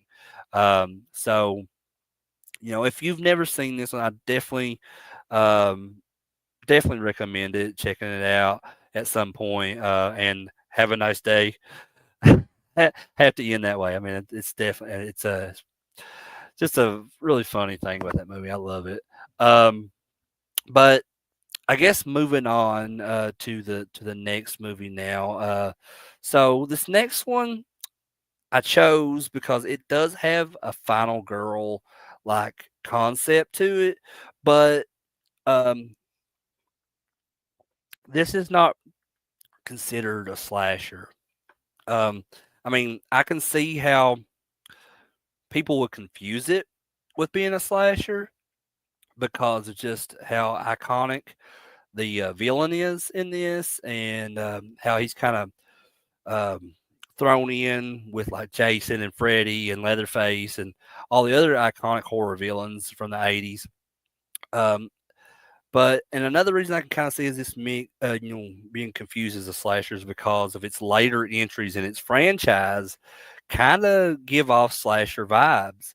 But with this original, it's a little bit different. It's supernatural. It's body horror. It's a lot of things, but we'll definitely get into that. And this is Clive Barker's directorial debut. This is Hellraiser from 1987. And Hellraiser, is a story of just desire and pain and just these terrifying possibilities that lie beyond the veil, I guess, of like perceived reality. And it's a movie that really crawls under your skin, and lingers long after you've watched it. And not just for its like gruesome visuals, but for its kind of deeply disturbing philosophical like undertones. Um, and like I said, this was written and directed by Clive Barker, and Hellraiser is based off his own book, The Hellbound Heart. So Clive Barker, he was a rising star in like the whole horror literature scene at this time, and he became disillusioned with Hollywood's treatment of his stories, and he decided just to take the reins himself and give this a shot. So he wanted to bring his own unique brand of horror, which is kind of steeped in sadomasochism and body horror and uh, philosophical question. And he just wanted to bring all of that to the screen with this movie. Because like I said, he was not, thrilled with these the previous like film adaptations, and particularly Rawhead Rex. I think he was not happy with that one when it was adapted to film. So I think it really solidified his decision to direct his own adaptation of one of his stories. Um, so this vision of his, it became very unfiltered and and uncompromising as well. And it's precisely what makes I think Hellraiser so impactful. Um, so as the story goes, the movie opens with Frank Cotton, who is this like thrill seeker who is bored with like these limitations of these earthly pleasures, and he's driven by a desire to experience something truly extraordinary. So he purchases this puzzle box in Morocco, which is called the Lament Configuration, and you know he goes back to this attic of his family's old house and he solves this puzzle. And when he solves this puzzle box, it unleashes this really brutal and horrifying experience for him. So he is torn apart by hooked chains that are emerging from the darkness, and it's a testament to the whole puzzle box's power. Um, so the Cenobite named Pinhead is seemingly in control of all this chaos that's happening. So he manipulates the box and restores the room to its previous state. And this, this leaves no trace of anything that just happened in that moment, other than this whole like kind of lingering sense of dread that we'll soon talk about. Um, so the story then shifts to years later as Frank's brother Larry and his second wife Julia they move into that same house, and Larry is oblivious to his brother's gruesome fate, and and Julia's past affair with Frank. So they're but they move here and they're hoping for this fresh start. However, their arrival kind of inadvertently triggers this series of just very strange events. So when Larry ends up cutting his hand when they're moving furniture, his blood drips onto the attic floor, and this kind of act of chance revives Frank in like this very grotesque and where he's barely there form, and he's in this like gruesome, really skinless body. But anyway, Julia, she discovers Frank in the attic eventually, and finds that old flame with him has now reignited in her.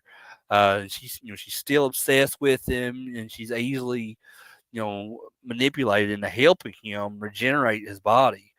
So, she's fueled by this desperate desire, for him and the promise of escaping their uh, their current lives. So Julia, she embarks on this horrifying mission where she lures these unsuspecting men from like local bars and stuff to back to the attic, where she ends up stabbing them, and then and Frank then drains their life force, and he's like slowly rebuilding his like physical form with each victim that she brings in there to him.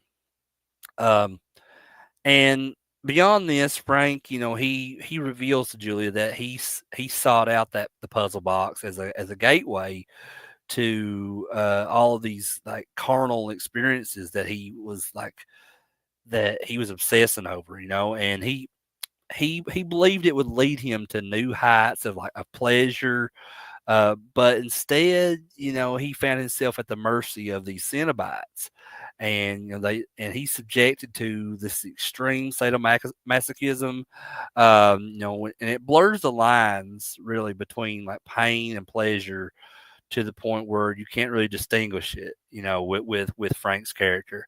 Um, but he escapes, the realm and is now altered, obviously, and he's kind of just dependent on these other people's life forces to I guess to sustain himself.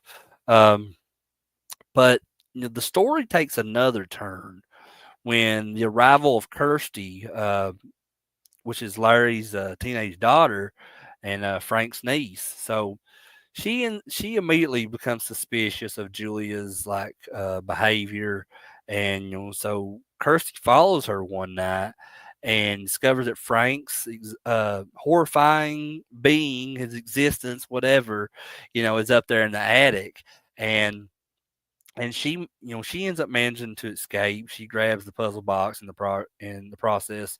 Um, and she just overcome with what she just witnessed. She ends up collapsing, and she gets put in the hospital. And while she's in the hospital, recovering, the curiosity kind of gets the better of her, and so she takes the puzzle box and she ends up solving it, and unknowingly that she was going to summon the Cenobites, and this also this kind of, which I guess it's like a Cenobite too. I'm not really sure but it's just like this kind of monstrous looking entity that they call the Engineer, which it's like this huge, like almost looks like a big huge shrimp or something, like a monster shrimp, and it just has, it's coming down this hallway after her and all that stuff, and it's also at the end of the movie as well. But anyway, the Cenobites, who are led by the iconic Pinhead, played by Doug Bradley, the only Pinhead in my opinion, is Doug Bradley. But they appear, to Kirsty, and their faces are scarred with all these like piercings and just all this. They kind of have this authoritative like vibe to them. You know what I mean? So they explain that they are like explorers from another dimension, that are perpetually seeking these like carnal experiences to the point where pain and pleasure have become inseparable. Um, so they see Frank's escape as this like affront and demand that Kirsty returns to their realm. However, Kirsty, in this kind of desperate attempt to save herself, she informs them that Frank has escaped them and he now resides back in uh, the real world. So they're intrigued and bound by this revelation to them, and so the Cenobites agree to spare Kirsty if she leads them back to Frank. So Kirsty, she ends up returning to the house where Frank, having now murdered Larry, is now wearing his skin to conceal his true identity. So Julia tries to deceive Kirsty by showing her what she claims is Frank's flayed corpse.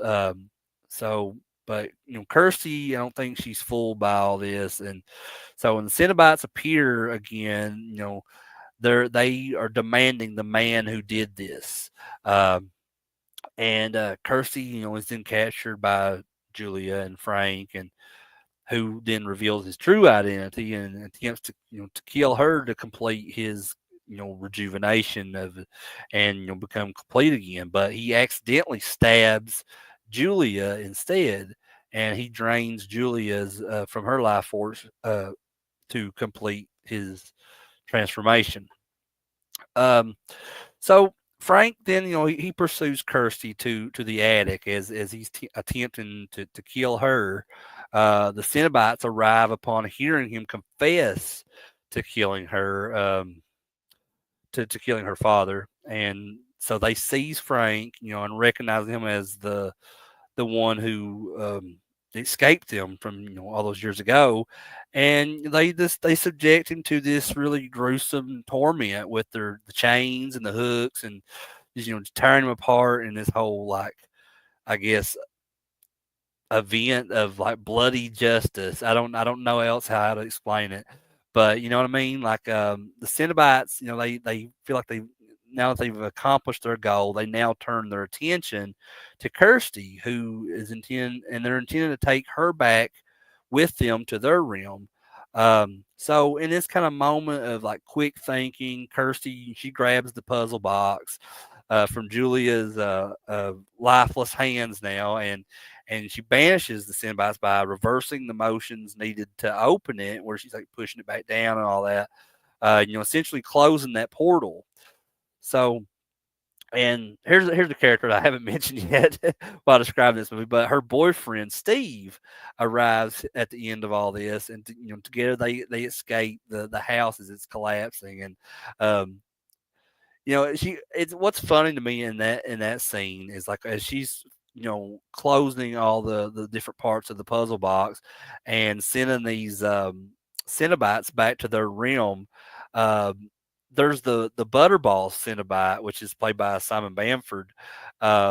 Instead of like solving the part for him in the puzzle box to send him back, like the house just collapses on him and he just like falls under all this rubble. And to me, I don't know why, but for some reason that's always been hilarious to me, that part. Because like all of these other Cenobites got sent back to their own dimension, but as far as we know, the Butterball Cenobite was just collapsed under the rubble of that house. But he appears in later films of the franchise, so I'm sure they got him back somehow. He's all right. Um, but anyway, the film concludes with Kirsty, throwing the puzzle box onto this like burning pyre of fire that's outside, and seemingly destroying it. But however, um, there's this guy that's kind of been lurking throughout the course of the movie. He kind of seems like looks like a homeless guy, and he's just kind of been stalking Kirsty throughout the film, and he ends up retrieving the box and then transforms into this huge winged like skeleton dragon or something. I'm not sure exactly what it's supposed to be, but it's some kind of demonic looking creature. And then it flies away.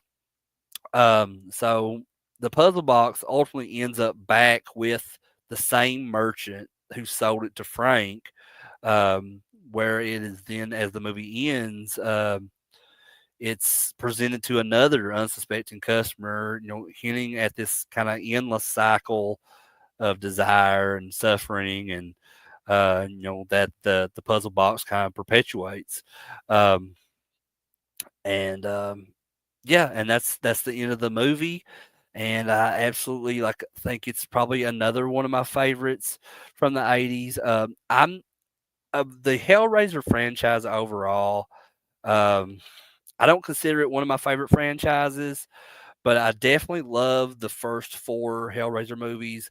Anything beyond that, I've watched them. I can rewatch them, but I don't particularly like them that much.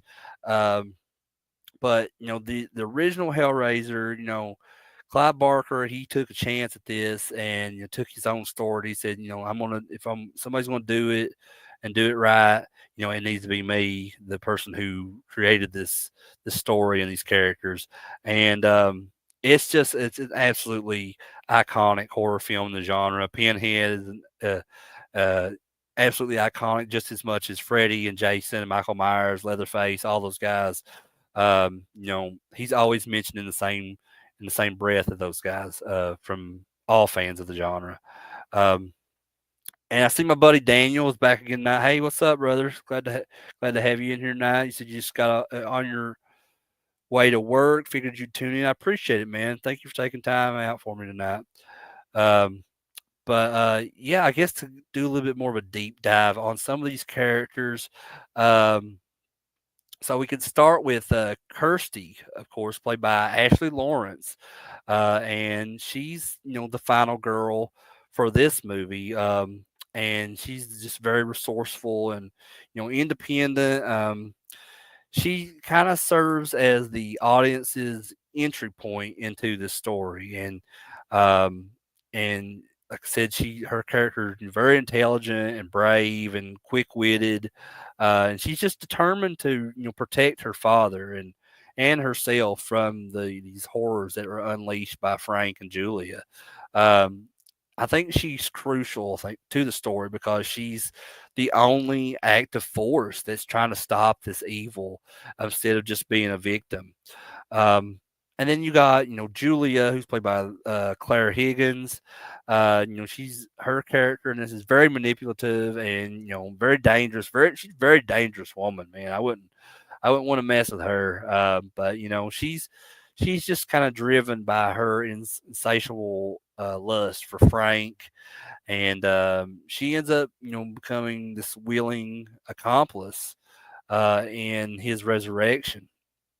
Um, so her character kind of explores the whole destructive power of desire and the depths to which a person will sink to satisfy their cravings. And she's a very fascinating villain for this for the original film, and who's just driven by passion.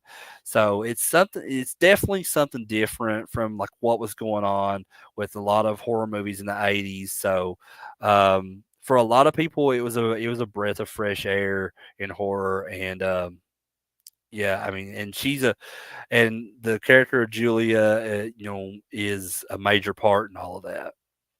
Um, then you got Larry, who is Julia's husband, played by Andrew Robinson.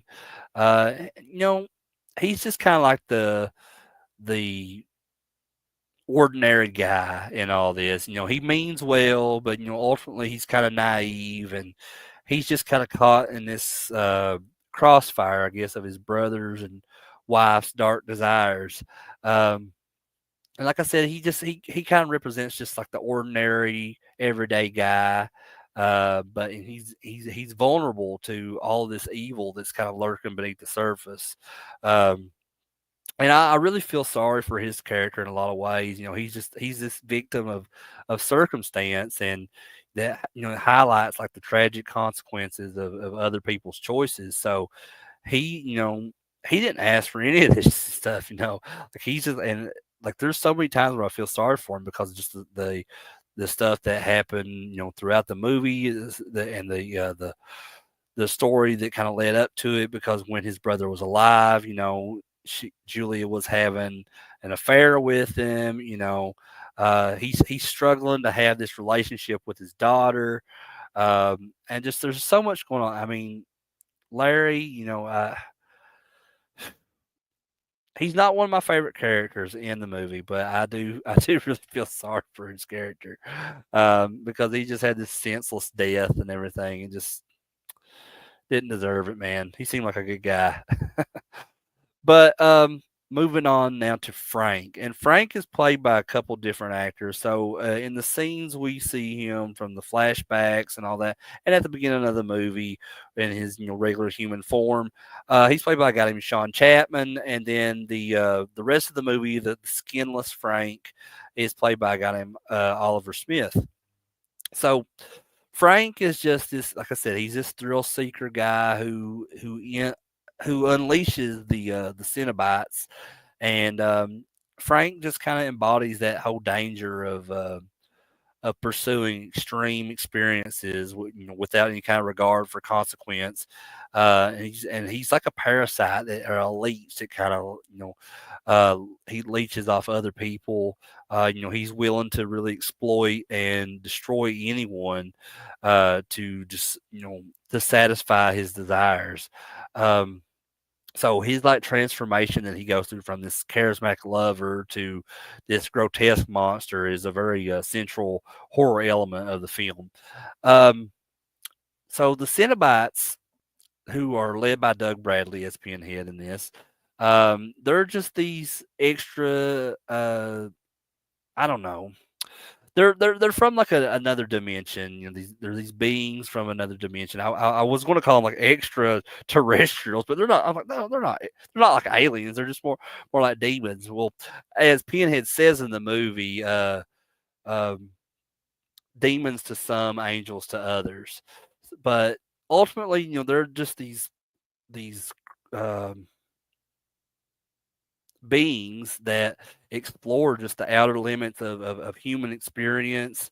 They're dedicated to this kind of relentless pursuit of a sensation, regardless of the pain that's involved.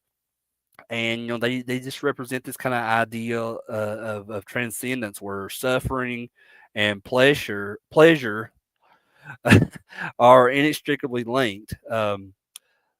And they're bound, I guess, by this also by a twisted sense of order, which so they're compelled to claim those who summon them, and their philosophical discussions about pain and pleasure also add a layer to the intellectual depth of the movie. And I mean, just let's face it, Hellraiser would be nothing without the Cenobites, in my opinion. Um, but to look at some of the most memorable moments for me in Hellraiser, first I'm gonna start off with Frank's return. So when Frank, his obsession with these like sensory experiences, they lead him to unleash the Cenobites, and his return to life is this drawn out, just agonizing event from the initial barely there whisper to the gradual like gathering of flesh and muscle. Um, each stage of his resurrection is just very disturbing and impactful for the whole movie. And the use of practical effects in his scenes is very powerful here as well, because it conveys that whole sheer physical horror of his state, and this isn't just about frightening the audience. I don't think it's about showing these desperate lengths of that Frank will go to for pleasure and the consequences of his obsession. So the movie also cleverly explores themes of like addiction and the nature of just desire that is really corrupt through his transformation here. Um, and speaking of disturbing, let's talk about the rat mutilation scene, which I know is cut from a lot of versions, but this is one I have to talk about. So while it's often difficult to watch, the rat mutilation scene is a critical moment, I think, that showcases Frank's just utter shamelessness and just that cruelty that's required to fuel his rebirth. Um, and it's a reminder that his desire for pleasure comes at a significant cost, I guess, not just to himself, but to those around him. And this scene is really persistent in its portrayal, which because it's forcing the audience to witness this brutal reality of Frank's actions and just solidifying him as this truly monstrous character. So I think that scene, even though a lot of people don't like to watch that scene, um, it just shows you how evil Frank's character can be. And I think it's very crucial and just establishing that film's persistent commitment to its the themes of like pain and sacrifice. Um, but the last thing I want to talk about as far as memorable moments is when Kirsty she makes this bargain with the Cenobites, and it's a huge turning point of the film, and realizing just the horrific truth about Frank and Julia. She uses her quick thinking to turn the Cenobites against them. And like I said, this moment it highlights Kirsty's willingness to confront the unimaginable, I guess. Um, so the bargain itself is a really a terrifying gamble, as she's essentially offering them souls in exchange for her own survival.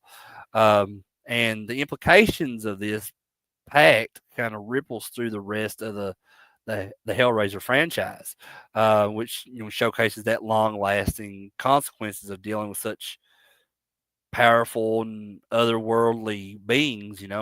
Um, and it's also a testament to really the movie's strength that even in its final moments, it continues to raise all these complex moral questions about sacrifice and survival um, and the true nature, of evil. So Hellraiser, I definitely consider it a final girl movie with Kirsty. It's just a very, very different final girl movie from what we're used to with slasher movies. But Hellraiser's impact on horror is definitely undeniable. It's just because it's that unique blend of body horror and sadomasochism and just this philosophical questioning. I guess it kind of paved the way for more transgressive and intellectually stimulating horror films. So the Cenobites, particularly Pinhead, became iconic horror figures. Appearing in like numerous sequels and comics, and there's action figures made of them. I know Trick or Treat Studios just announced at Toy Fair that they got some new Hellraiser action figures coming out, so I'm excited about those. Um, Trick or Treat Studios is really changing the game right now with horror action figures. I'm really really getting into their stuff. I like how, especially these. I forget what the name of the line is, but they just put it. They had some killer clowns figures they put out. I think they did a pumpkin head and a Farmer Vincent from Motel Hell. Um, I forget what they're called, but I love them. I don't have any of them yet, but I'm definitely I think that's the new thing that I'm going to start collecting when it comes to horror action figures is the Trick or Treat Studios because they showed off a bunch of stuff at Toy Fair. They got a Leprechaun figure coming out, all kinds of stuff. The Gate, they got the Gate. I mean, that was definitely not on my bingo card for 2025 of getting to see action figures of the Gate, especially like they have what they had like the figures of the kids and but they were just kind of like prototypes. They were unpainted, but they had this like taller figure of one of the little minions from the Gate, and it was fully painted, and it looks fantastic. As soon as that thing goes up for pre-order, I'm putting the money down for that. Um, but this film it of Hellraiser it explores you know all the dark sides of human desire and just that allure, of these forbidden experiences that influence countless filmmakers and writers like Clive Barker. Um, and the movie it challenged that traditional boundaries of what horror films could explore. So it really pushed the genre into this whole new and really unsettling territory that had not been explored before. Um, and I think that really shows the genius of Clive Barker. And I was so glad that me and my wife got to actually meet him last year at Scarefest. No, we didn't. I didn't go to his table get an autograph or anything. I already had his autograph because one of my buddies, Jeremy Moorhead, he actually took my laser disc years ago to a convention that Clive Barker was at and had him sign it for me. But so that's the only way I've got Clive Barker's autograph. But I did the pro photo op with him at Scarefest. You could tell he was very sick, and I know that he announced that 2024 was his last year of doing conventions, and he was going to just try to focus more on like his art and his writing and stuff from now on. So I'm super glad that I actually got to meet him before he retired completely from these conventions. And like I said, he looked very sick when I did meet him, so I hope he's doing okay wherever he's at. Um, but anyway, Hellraiser. It really it continues. The movie continues to be loved by horror fans. For its originality and it just that depiction of graphic violence and it's just that study of the human condition. Um, and ultimately, it's a testament to that power of independent vision from Clive Barker, like I said, and just a lasting impact of truly disturbing horror, for sure. Um, But yeah, I guess I'll go ahead and just move on now to the next movie in this in Final Girls Week, and this is another kind of like out there depiction of what the final girl formula is used. And this is not a slasher either. This is actually a zombie film, and but and you may know where I'm going with this already if you've and that's the remake of Night of the Living Dead from 1990. Um, so George A. Romero's original Night of the Living Dead from 1968 is such a monumental film in horror history, and remaking such a classic like that is a very hard task. But Tom Savini, who is a special effects legend, and he worked on Romero's Dawn of the Dead, Day of the Dead, and so he took on that challenge of with this 1990 remake. And while it's impossible to escape comparisons between this and the original Night of the Living Dead, um, Savini's film really offers this compelling and worthwhile take on the original by modernizing it and giving its characters some new depth. Um, and like I said, Savini's background is primarily in special effects makeup, um, where he's achieved legendary status for that. Um, and his work is characterized by like practical effects and gore and elements that were crucial in the original Night of the Living Dead and the Romero zombie films that followed. Um, and Savini he's directed other projects, but I think Night of the Living Dead 1990 is arguably his most well known effort at directing. Um, so the origins of the remake kind of stem from this.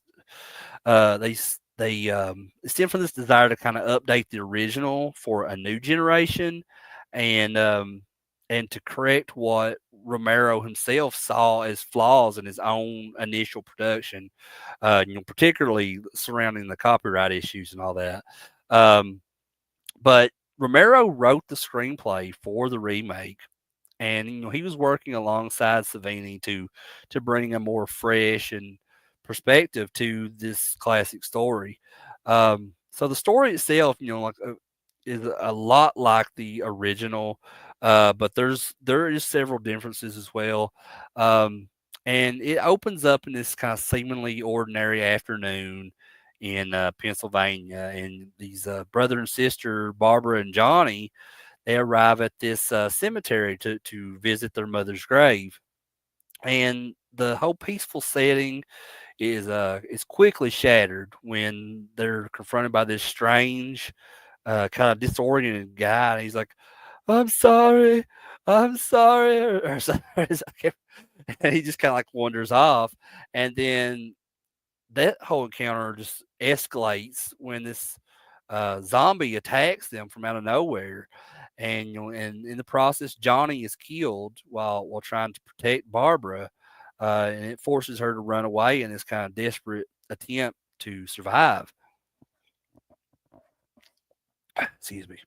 So Barbara, she stumbles upon this whole isolated farmhouse. Um, and that's where she seeks refuge from this growing horde of zombies. The house, however, is not the sanctuary she had hoped for, as she soon encounters more of these zombies lurking within, and just she's struggling to fend them off. Ben, this guy who was running away from the nearby town of Evans City, he ends up arriving and helps her get rid of the threat of all these other zombies. Um, so he quickly realizes that the gravity of the situation, and so they begin working together to barricade this house as the night descends. Um, and their efforts are soon complicated by the discovery of these other survivors who are hiding down the cellar. So first, you got Harry Cooper, who is this stubborn and kind of often cowardly guy, who's just primarily concerned with the safety of his family, but you also kind of get the feeling that he's not really concerned about the safety of his family as he is as much about the safety for himself. Um, and then you got his wife, Helen Cooper, and she's just this deeply worried mother who's trying to cope with this whole unbearable situation. Um, and then their daughter, Sarah Cooper, who has been bitten by a zombie, and she's just rapidly falling ill to where she's turning, and her wound in this is just like a ticking time bomb, which adds this another layer of dread to the already messed up situation. Um, and then also you got Tom. Forget his last name, but I know it's Tom. Tom and Judy Rose. So they're just like these two kind of young lovers who's caught in the wrong place at the wrong time, and they desperately cling to one another for their like comfort and survival. Um, but all this group now is just once they come together, they immediately start clashing over the best course of action, of what to do here. And Harry is like persistently like trying to tell them that the cellar is the safest place. And they just need to go down there and wait for somebody to rescue them. And then Ben, who haven't witnessed what these zombies can do, he believes that the cellar is this a potential death trap, and he argues that they should fortify the houses and actively defend themselves. Um, but then Barbara, she comes with the idea to just try to escape on foot because she observes that these zombies are slow and they have very clumsy movements. So she's like, we can escape, we can get by these, and out of all of those options, I'm always mostly on Barbara's side because I mean I think that if you were put in that situation, whose option would you choose? Would you choose Barbara's? Would you choose Harry's? Would you choose Ben's? Because I don't think Harry's is a very good idea because they're eventually going to make their way down that cellar and break the door down or whatever, and then they would be trapped. And then Ben's idea to fortify the house and to actively defend it can only work for so long if you were in that situation because once you're out of ammo, um, you only have like close range melee weapons at that point, like knives and axes or whatever. um, and I mean this is a huge horde, so I mean really I think the best option out of those three is Barbara's suggestion. But I'm interested. What would your guys' choice be of those three options? Um, but anyway, the so this debate between them all, kind of quickly dissolve, into this very heated argument, and it really highlights the tension and distrust within the group. So Ben and Harry, they end up coming to blows and start fighting with one another, and this ultimately leads the Coopers to retreat down to the cellar to care for Sarah, while Ben, Barbara, Tom, and Judy all continue to try to reinforce the house and defend themselves. Um, but unfortunately, the noise of their construction, it attracts even more zombies coming towards the house now, and which effectively traps them within the farmhouse. Um, so as they're desperate to escape all this, Ben, he comes up with this plan to take his truck, which is unfortunately out of fuel though. So they locate this set of keys on the corpse of Tom's Uncle Reg, that owned that farmhouse that they're at. And they try to go out to this locked gas pump that's nearby, so they can get gas to put into the truck. Um, However, disaster strikes when Ben falls from the truck on the way there, and forces him to defend himself against all this horde of zombies. And to add insult to injury to all that, the keys that they brought with them failed to unlock the gas pump. So Tom, in like this moment of idiotic desperation, he shoots off the lock and inadvertently ignites the gasoline and causes this massive explosion that engulfs the truck and the pump, and it kills both Tom and Judy Rose. And to me, that's the dumbest part of the movie. That's one of the parts I don't really care for because it's so idiotic. But I can understand, at the same time it works because Tom's character was the portrayal of it was he was very young and uneducated. So I kind of get it at the same time.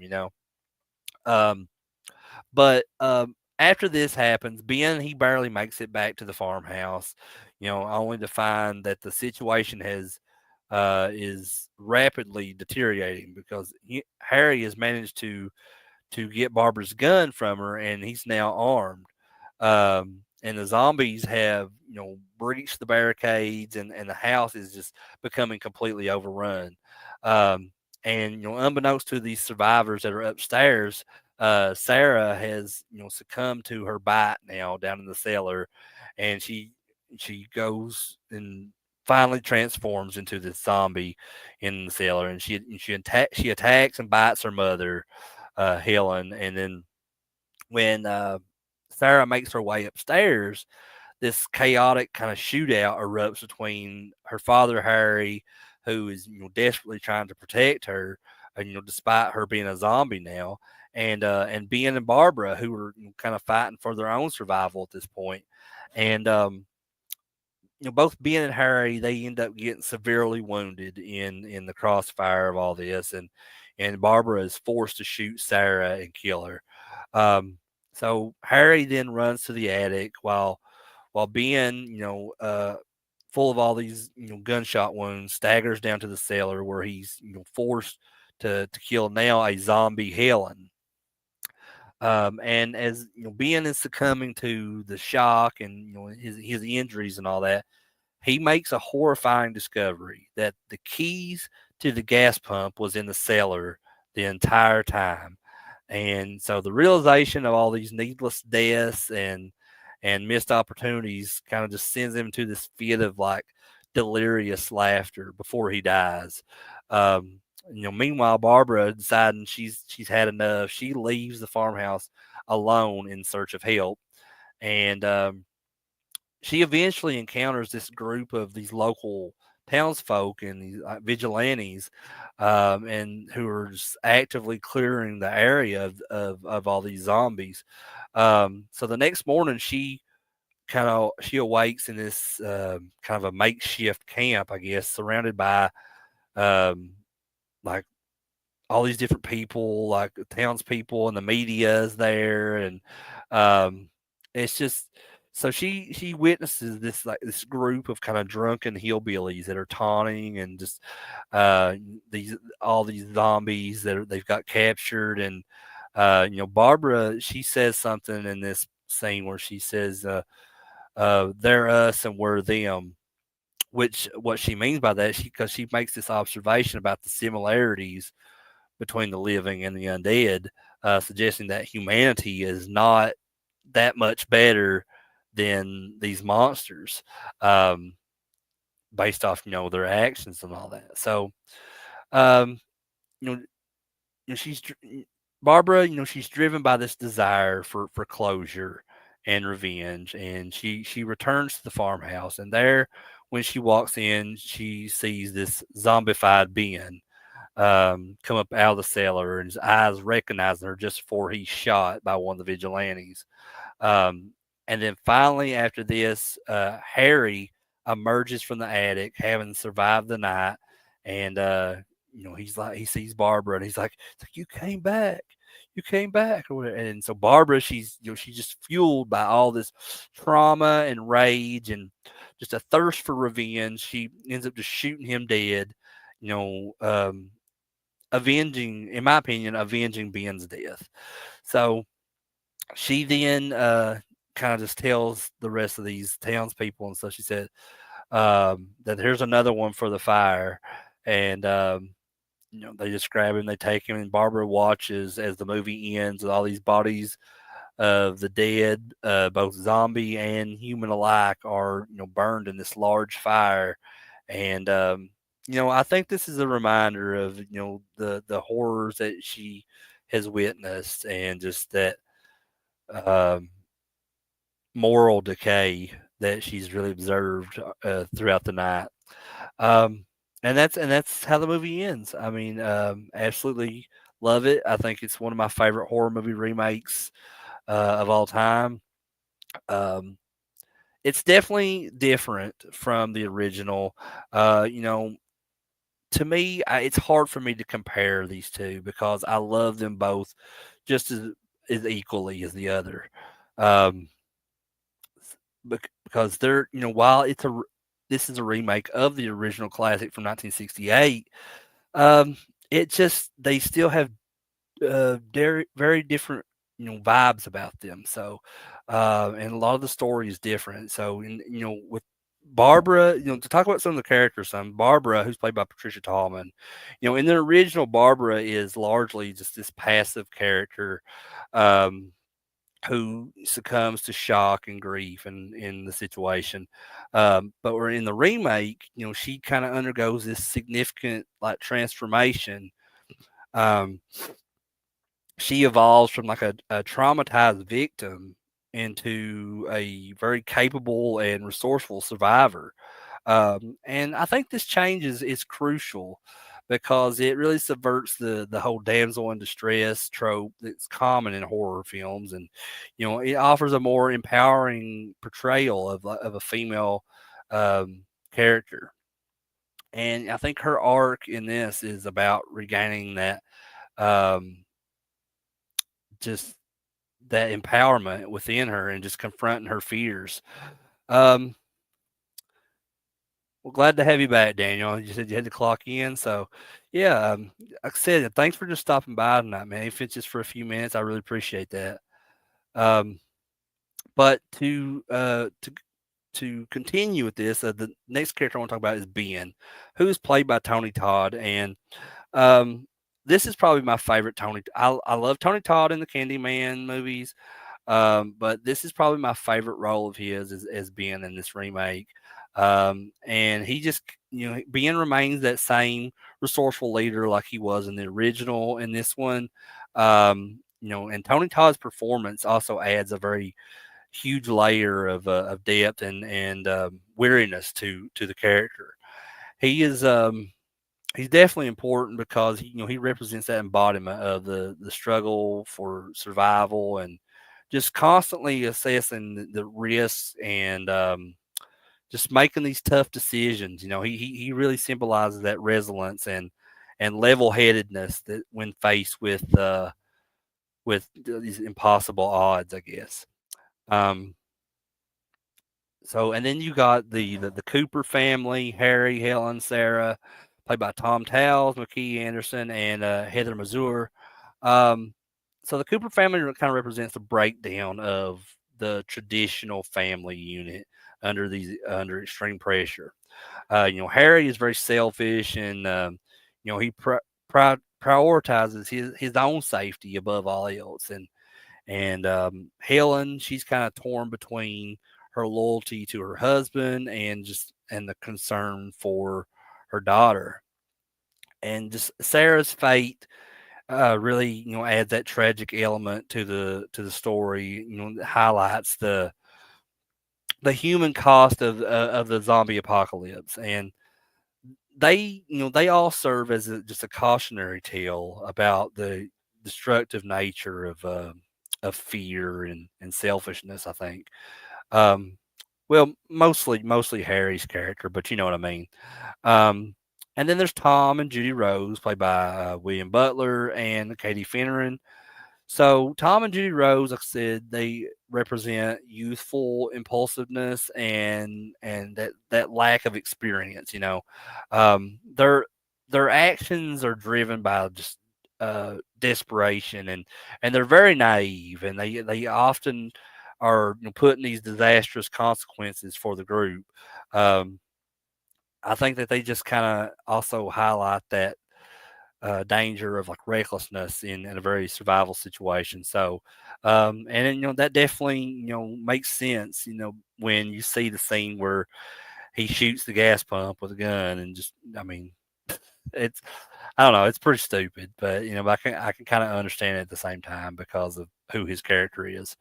Um, and I can't talk about all these characters without mentioning Johnny. Now, Johnny, although he dies early, his character kind of sparks the entire plot, in my opinion, and sets Barbara on her path. Um, but I had to mention him because he's again played by Bill Moseley, who I spoke of earlier when I was talking about Texas Chainsaw 2. So Bill Moseley, he plays this role beautifully, and really, I mean, really good. I think I do like his portrayal of Johnny more so than Russell Striner's portrayal in the original. But I may be a little bit biased on that just because I'm a huge fan of Bill Moseley, and he's a legend when it comes to this stuff. And you know, I think this might have been the first my introduction to Bill Moseley, because I didn't see Texas Chainsaw 2 till long after I had seen the remake of Night of the Living Dead. So yeah, it just once I figured out who he was, as I when I got older and I watched Texas Chainsaw 2, it just made me appreciate him even more as an actor, and his contribution to the horror genre. Um, so some of my most memorable moments for Night of the Living Dead 1990 is, first and foremost, Barbara's transformation. So the moment, when Barbara snaps out of her this mindset and starts, begins taking charge, she, and which includes her, wielding the shotgun, and just it's a really powerful and memorable turning point in the movie that I really love. And the if you look at the original film, when that has the basement for horror and tension, while the remake uses the cellar as well to generate that kind of terror with Sarah's reanimation as a zombie, and and Harry's whole fatal decision.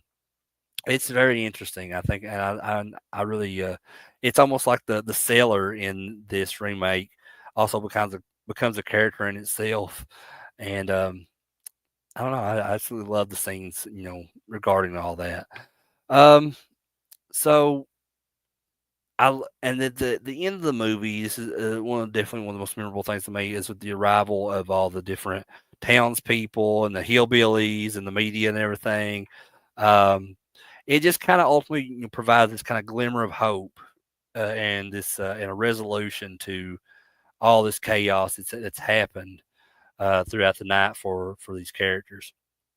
Um, and also to talk a little bit more about the ending, it's similar to the original, but it's kind of updated to reflect, Barbara's change of character. Um, because there's this whole uncertainty, of her fate after, ruthlessly getting rid of all these remaining zombies, and it really that whole ending just adds a very chilling layer to the film, and I absolutely love it.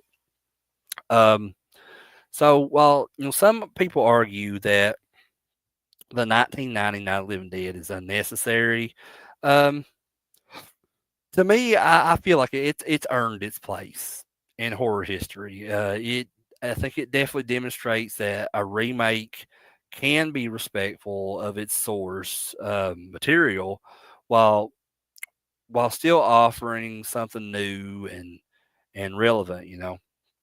And the movie, modernizes the whole classic zombie tropes, that and which ends up influencing, several zombie films, and television shows like The Walking Dead. Like, I feel like The Walking Dead really took inspiration for this, because in The Walking Dead, you don't have to be bit by a zombie or a walker, whatever, um, to turn. So just once you die in the Walking Dead universe, um, you turn, and that's what happens in this film with Ben. So he wasn't bit, but he died from all those those gunshot wounds, which ended up turning him in the movie. So I really do feel like Walking Dead's concept of the whole zombies and how people can turn in that universe was inspired by this remake of Night of the Living Dead. Um, and it also kind of helps cement the idea of zombies as this, relentless, just overwhelming horde. That's another trope that is kind of, you know, um, continues in these zombie movies. Um, and then, of course, Barbara's transformation, and I've mentioned that several times now, but I really think that's one of the most um, interesting things about this. It's just, and it kind of the way she portrayed that Patricia Tallman portrayed that character. I think it really paved the way for more complex and empowered female characters in horror. Not to say that there wasn't already. I mean, I think that even though it's not, it's like a mix between horror and sci-fi. Aliens with Ripley, I think Ripley kind of inspired a lot of more empowered female roles in horror and sci-fi too. There's a lot, especially in the '80s too, with like the Final Girls and everything, and in the slasher films. But when I speak on that though, I always have to include Barbara from the Night of the Living Dead remake because just because it's so different from what her character is in the original film. Um, and then you look at Savini's influence um, on the movie itself. His direction combined with Romero's script. It results in this film that's both visually striking and kind of resonant with its themes. It and I think it really inspired other special effects artists to try their hand at directing too, like Robert Kurtzman and Greg Nicotero, and you look how it turned out for those guys. I mean they're really successful in doing that as well. Had Robert Kurtzman that did Wishmaster and several other things as well, and then Greg Nicotero who went on to work in The Walking Dead and become like the head guy on there, in the later seasons. So yeah, definitely, I think that this kind of kick started that, for those other special effects artists. Um, and then, the remakes kind of focus on that character development and this like interpersonal conflict. It even in the face of this zombie apocalypse, it's really like a hallmark of modern horror. And I think it demonstrates that horror can be both scary and thought provoking. Um, and that's seen in a lot of Romero stuff and John Carpenter stuff and David Cronenberg, Clive Barker. Just I think that's some of my favorite horror that I enjoy is when you can combine those two elements of being scary and thought provoking. I think that's definitely important to a lot of fans of horror. Um, but I guess in conclusion, Night of the Living Dead 1990 is a very well crafted um, remake that really honors the original while standing on its own merits. I guess um, it's a really valuable addition to the zombie horror subgenre. Um, and it offers a fresh perspective on the classic story, and just like I said, it's definitely one of my personal favorites when it comes to horror movie remakes. Um, but I guess I will move on now to the last movie that I'll be talking about tonight. And I've got the shirt on right here. I always assumed this was Drew Barrymore's face. It's Casey Becker, but I'm honestly not sure uh, who that's supposed to be. But that's who I've always said that that's Drew Barrymore's face, the classic Scream logo. So yeah, that's the last movie I'm going to be talking about tonight. I've also got a ghost face tattoo to go along with the shirt. So I'm definitely a Scream fan. I'm not so much of the newer Scream movies, and I know there's been some Scream news here lately too. So this is kind of good timing, as they're you know going to be doing Scream 7, and they're talking about all these characters are coming back, including David Arquette's character of Dewey. I don't know how that's going to pan out, but yeah. So let's go ahead and talk about Scream, the original Scream, that was released in 1996. Um, and to me, this movie is more than just a slasher film. I think it's like a meta commentary on the horror genre itself. It's a very self-aware thriller that kind of revitalized the slasher subgenre, and it really, I think this is kind of a stretch, but I do think that it Scream really did save horror in a way, because in the early 90s horror was starting to kind of fade out, and not as people were really interested in as much, because there was a lot of not that great stuff that was coming out. I mean, there was stuff here and there that was really that are revered as classics, like Army of Darkness and Candyman and all that. But this movie, the original Scream, really just injected a much needed dose of wit and intelligence into the landscape of horror. And it's a film that really knows its tropes, and it deconstructs them, and just kind of happily utilizes them, all while delivering these like genuine scares and suspense and all that. Um, so Scream was, of course, directed by the legendary Wes Craven, a true master of horror, who was responsible for classics like A Nightmare on Elm Street, Hills Have Eyes, and my favorite Wes Craven movie, People Under the Stairs. Um, Craven, he was looking to, at this time, to revitalize his career, and so he found the script that was written by Kevin Williamson to be incredibly refreshing, um, and Williamson's script was originally titled "Scary Movie," which ironically is became the title of the spoof franchise that was Scream inspired. Um, but the origins of the story are kind of rooted in real life events as well, specifically the Gainesville Ripper murders from 1990, which ended up terrifying Kevin Williamson, and inspired that whole atmosphere of fear and paranoia and stuff that really surrounds the film.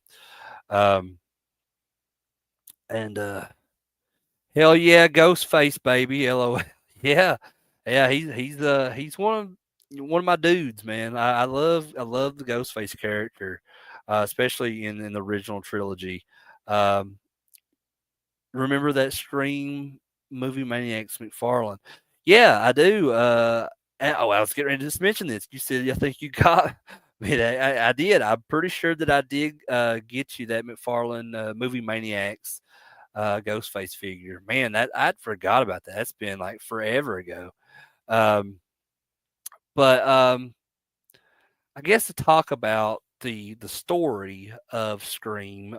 So it starts off in this town of Woodsboro, California, and there's this high school student, Casey Becker, and she receives a disturbing phone call one night while she's home alone, and so the voice on the other end initially engages in this kind of seemingly harmless horror movie trivia game, but the conversation quickly starts to turn, and the caller reveals that Casey's boyfriend Steve is being held hostage outside, and he's threatening Steve's life and demanding Casey answer these horror movie questions correctly.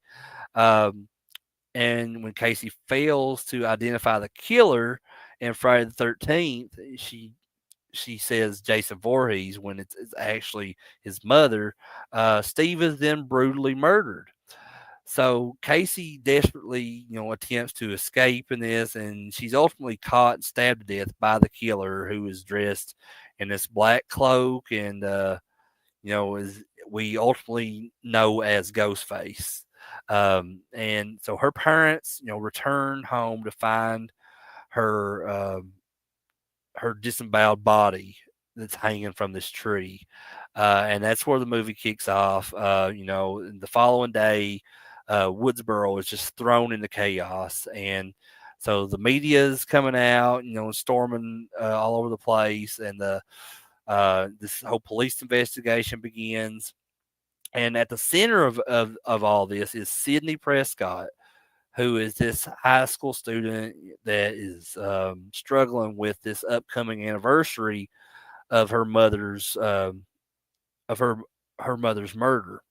So the man that's been convicted of this, Cotton Weary, is a constant reminder of the trauma of all that she's suffering from. And Sydney's relationship with her boyfriend Billy Loomis is kind of strained by her emotional struggles. And when Sydney is home alone waiting for her best friend Tatum, um, she receives this kind of taunting phone call and is attacked by Ghostface. So Billy arrives on the scene soon after this and conveniently drops a cell phone, immediately making him a suspect. So the Deputy Sheriff Dewey, which is Tatum's brother, he ends up arresting Billy, and this situation is just further complicated by the arrival of Gail Weathers, who is this very opportunistic journalist that who wrote this book claiming that Sydney's mother had had multiple affairs and that Cotton Weary was wrongly convicted of her murder and all that. So despite Billy's arrest, the taunting phone calls continue to happen, and the calls are then traced to Sydney's father's phone, but he's nowhere to be found. And so at that point, her father becomes a suspect in all this. But Billy, he's eventually released, and at school he expresses the effect of Maureen's death when he's talking to Sydney. And Principal Hembry ends up suspending the classes after the attacks, but then is soon found later murdered in his office. Um, so Stu, which is Tatum's boyfriend, he ends up throwing a party at his house to celebrate the school's closure. Um, and Dewey and Gail come to the party just to monitor everything, and also in the hopes of catching the killer. But during the party, Tatum is goes down into the garage, and when she goes into the garage, Ghostface is there, and so she thinks that this is Randy, just playing a game with her because where Randy is like this horror movie fanatic. Um, she thinks it's just him playing games, but in all reality, it's actually the real killer. And then Tatum is then brutally killed with her neck crushed in the garage door, and that's probably the most iconic kill in the entire movie. Um, but like I was saying, the character of Randy, who is this horror movie film fanatic, he's also at this party and talking to the other party goers, and they're watching John Carpenter's Halloween on TV, and as they're watching, he starts explaining the rules for surviving a horror film to all the other party goers. And at this same time, the news of Principal Henry's death arrives, which causes this mass panic almost. And well, some of the kids are kind of excited over it, and they're like wanting to go to the school and see the body. And on their way out, they almost hit Dewey and Gail, who discover Sydney's father's hidden car. So at this point, they're thinking that Sydney's father is even more of a suspect because now they found his car that was hidden. So they know that he has to be in the area. Well, Billy then arrives at the party, seeking and he's trying to reconcile with Sydney, and just they're trying to work things out. And they finally go upstairs and they consummate the relationship, if you will. But are they're then Billy's immediately attacked by Ghostface, and he starts stabbing Billy, and so Sydney, runs away from this, and she escapes Ghostface, who then ends up killing Gail's cameraman Kenny, and he wounds Dewey in the process. Um, so Gail then crashes her news van and is knocked unconscious after Sydney runs out into the road. Sydney then runs back to the house, and as she's arriving back at the house, here comes Stu and Randy behind her, and Randy's trying to plead with Sydney, saying that Stu is involved in this, and Stu's saying the same thing about Randy. Um, and this is where the major climax of the movie reveals this shocking truth, where a wounded Billy then reappears and reveals himself as one of the killers, with Stu as his accomplice. Um, Billy then confesses to that they murdered Maureen Prescott, and because she had an affair with his father that led to his mother abandoning him. Um, and they framed Sydney's father in the process for these murders, and then they proceed to start stabbing each other to appear as they are the survivors in this whole situation, and just to throw off suspicion. Um, and then at this moment, this is when Gail, her unexpected return comes in, kind of provides this distraction that allows Sydney to incapacitate Billy and then kill Stu by dropping a television set on his head, which I think is a very iconic part of the movie as well. Um, and Billy, despite being wounded, attempts to attack Sydney, but Gail shoots him. And then Randy reminds everyone that horror movie killers often have one last scare. And when Billy lunges again, Sydney shoots him in the head, finally killing him. And then as dawn breaks, Sydney's dad Neil is rescued. Dewey's taken to the hospital, and Gail delivers this news report just on everything that happened throughout the chaotic night. And the survivors are then left to kind of struggle with this trauma, and just the realization that the horror movie that they were living is finally over. And I think that's a spectacular way to end that movie. I mean, I think the original Scream will always be a classic to me. Um, I think it's one of the best horror films of the '90s. Definitely one of the most important ones to talk about, because like I said, I feel like it really saved horror in a lot of ways, because it was so different, of anything that came before it. Um, and there's some people that will argue that, because I think there was a movie that's supposed to be like Scream back in the '80s, but it was more of like a parody film, and I think it was Student Bodies or something like that. But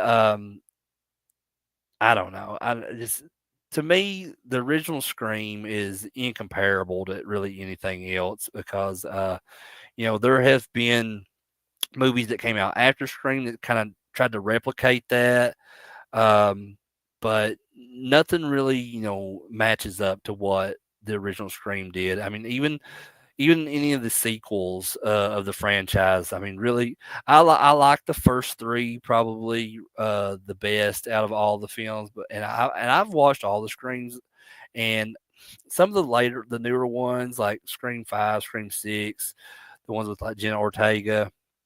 I'm not a huge fan of those, but I mean, I think they're definitely watchable. If you're having like a Scream movie marathon, I think it's definitely worth watching all of those. But the first three movies will always definitely be my favorite of the franchise. Um, and yeah, I mean that's just my personal thoughts on those. Um, Daniel, you said the plots and twists got me. LOL. Shaggy as Ghostface. Well, I mean, or was it Ghostface as Shaggy? Because he did Scream before he did Scooby Doo. So think about that. You said the last one you didn't like it. Yeah, like I said, the last couple that they put out, I'm not crazy about. Like, and Scream 4 that came out years ago, that was Wes Craven's last one that he did. Um, I like it, but I don't like it as much as the previous three that were put out. Um, so yeah, but I guess I'll go ahead and talk about some of the characters from this movie and their importance. Like, so first, let's go ahead and start with the final girl herself from the Scream franchise. She's got to be one of the ultimate final girls, and that's Sydney Prescott, played by Neve Campbell. I had a huge crush on Neve Campbell in the '90s, man. Like, no joke. Like, I was in love with that chick, man. Um, Both her and like Christina Ricci and Denise Richards. And listen, Neve Campbell and Denise Richards together in Wild Things. Woo! That's a good one. I'm telling you, if you haven't seen Wild Things, check that out. Um, but like I said, she is the ultimate final girl for the Scream franchise. Her Sydney's like strength and resilience in that face of just this trauma that's being presented are really central to the film's emotional core. I think, and she just represents the survivor in all this, the one who refuses to be victimized. So yeah, I love the character of Sydney Prescott. Now, her boyfriend in this, Billy Loomis, played by Skeet Ulrich, um, he's one of the killers, and he's Sydney's boyfriend. His motive for all this is deeply rooted in his mother's abandonment, and after his father's affair, with Maureen Prescott, and I just think it that adds a layer of this whole psychological complexity to the movie. And then you got Stu, who's played by Matthew Lillard. He's also the second killer and Tatum's boyfriend in this. His and I'll talk more about him in a little bit, but he's really unhinged, and his like this manic personality provides a lot of the film's dark humor. Um, he's one of my favorite parts of the entire movie. I got to be honest about that. He's not my favorite character. I'll get to that in just a minute. But he's definitely one of my favorites. Um, then Tatum, who's played by Rose McGowan, she's Sydney's best friend, Dewey's sister, and Stu's girlfriend. And well, she's just a supporting character. Her death is really, I think, one of the most brutal and very unsettling scenes in this movie, because it just demonstrates that really no one is safe when it comes to these characters.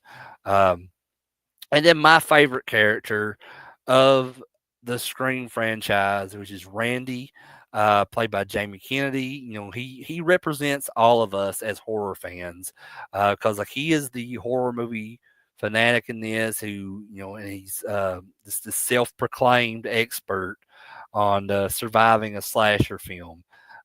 So he kind of provides like the film's meta commentary and acts as this guide to the rules of the genre. So definitely love his character very much, just because like I said, he represents us as horror fans if we were ever put in that kind of situation.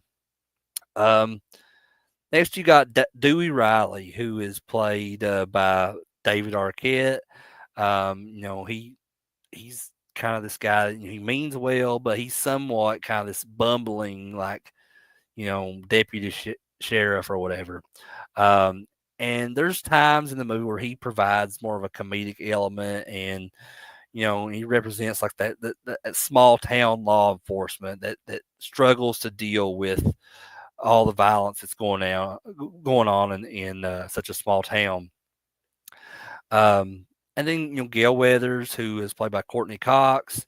She's just this very ambitious and cutthroat journalist who she's initially presented us as like a villain in the early parts of the movie, but she eventually becomes an ally to Sydney and Dewey, and becomes a very important part to the franchise as well. Um, and then you got Casey Becker, of course, in the opening of this movie. She's played by Drew Barrymore, and just her death in the opening really sets the plot in motion. Barrymore, her casting in this, and then just the immediate death and just the expectations that the movie has given us at that point. It really shows that the audience, that anyone, even the biggest stars, can be killed in this situation, and in the Scream franchise. Um, and then, I mean, of course, you can't talk about these characters without talking about the character of Ghostface. This the Another iconic horror character at this point. You know, being mentioned in the same breath as like Freddy and Jason, Michael Myers, Leatherface, Pinhead, Chucky. You know, all those different characters. I think Ghostface is definitely up there, and especially in recent years, just the popularity of the Scream franchise and the Ghostface character has really just like it blows my mind. Like the amount of merchandise that's out there now of Ghostface.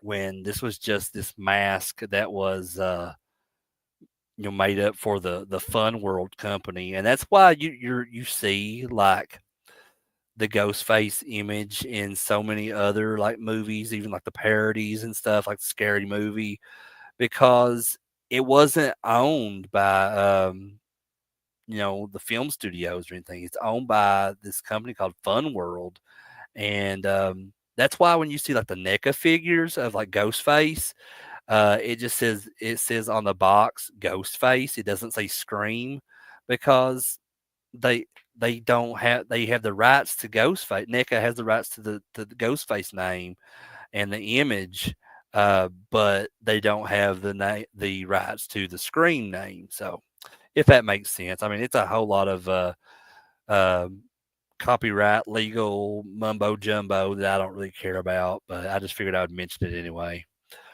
But the Ghostface mask is very essential to this film's atmosphere, and the mask itself kind of represents that symbol of evil and just the and universally just the fear of being hunted, I guess.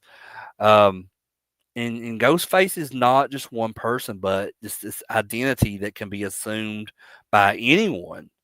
Um, which kind of adds to that whole suspense and uncertainty, and just like it just keeps you guessing, like who is Ghostface, who's Ghostface, and it's like that through every one of these Scream movies in the franchise. So to talk about some of the most memorable moments for me in this, definitely like you mentioned before, the opening scene with Casey Becker. This is arguably one of the most iconic opening scenes in horror movie history.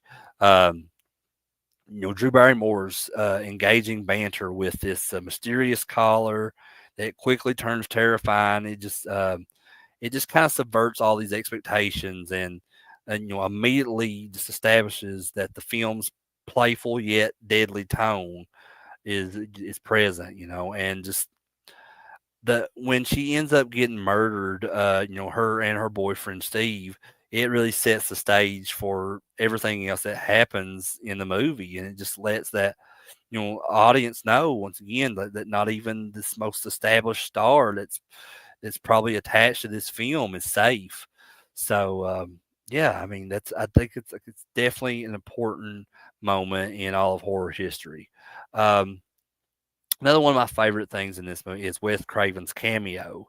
So he briefly makes an appearance as the janitor in the high school, and he's dressed as Freddy Krueger from his own film, A Nightmare on Elm Street.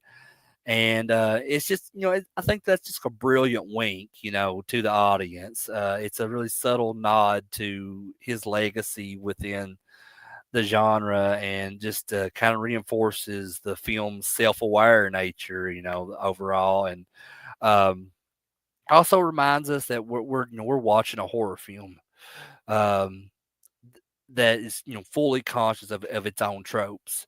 Um, And another really cool scene that I love is when they're in the video store that Randy works at, and it's the scene of Randy and Billy and Stu, and I think that this scene perfectly showcases Scream's clever, dissection of horror film, um, aspects, I guess. So Randy, who is this horror movie fanatic, provides this exposition and these foreshadowing, through his like detailed knowledge of the genre.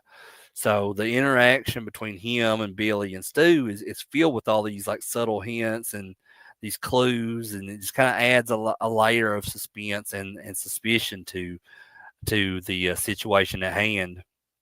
Um, and it's just it's very powerful in, planting seeds of like doubt, while at the same time playing with the audience's expectations. So I think that's a really important scene in the movie. It kind of like, because it just has the audience questioning, like, wait, so it could be this person, it could be that. Well, they're acting weird, so maybe it's them. It has you question yourself, and because when you think you got all the answers, the movie changes the questions. So just to quote Roddy Piper on that. But also, like I mentioned earlier, um, Tatum's death in the garage.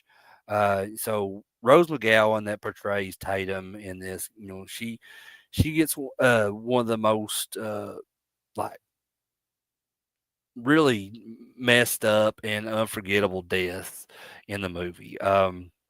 So it to start things off of the setting of the garage is a very claustrophobic setting, and just as it turns into the kind of this deadly trap is both terrifying and inventive at the same time, because this does combine practical effects with just the very suspenseful camera work. And I think that this scene is very effective in showcasing just the brutality of Ghostface as a killer.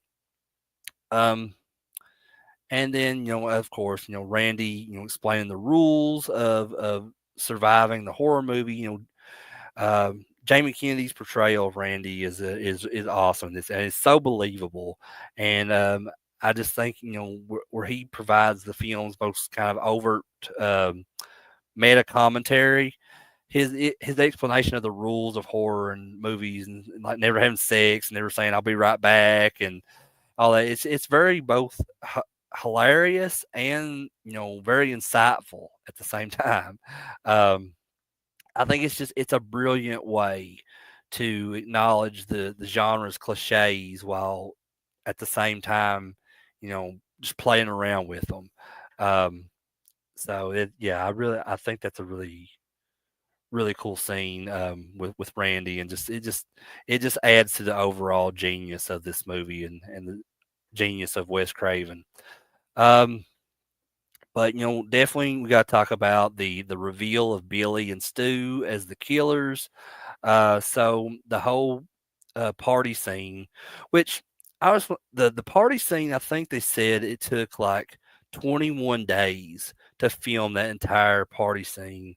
Um, and they were filming like from dusk till dawn, like every day or something like that. And I know a lot of the cast have talked about it and said it was like one of the biggest struggles that they've ever had while filming a movie, just because the the party scene itself is like 42 minutes long or something like that, I think. So it's 42 minutes of the movie is just that whole party. Um, but anyway, After at the end of this party, as everybody's gone and stuff, and then all the chaos is happening. There's this reveal of Billy and Stu as these ghost face killers, and it's a really shocking moment because like just right before that, we seen Billy being stabbed by Ghostface, so we kind of ruled him. If you're on your initial watch of the movie, you at that point you're like, well, it's not Billy then. And that's your thought. Like for me and a lot of other people that watched this movie for the first time, uh, a lot of us thought that we had it figured out, and that for a majority of the movie we were thinking, well, Billy's probably the killer. But then when it adds that scene of him being stabbed and seemingly dies, I mean, it kind of throws you off course at that point. You're like, oh well, I guess I got that wrong. But there's that whole reveal, like that's what makes this even sweeter, man. This is such a good movie, and that like it was the plan the whole time, and there's two killers, not just one. Um, and Billy is revealed as one of the killers, and just their motives, his and Stu's motives are they're rooted in this kind of revenge and this shared psychotic desire for chaos, and and they're strangely believable, and it kind of adds a layer to that whole psychological depth to them being villains. And Matthew Lillard's kind of manic performance as Stu is particularly memorable for me, because it just kind of embodies this whole unbridled insanity for his character. Um, and then Stu's death, which with the television is just pushed over on his head. It's kind of this over the top and just darkly, comedic nature of his final moments that end with that television set falling on his head.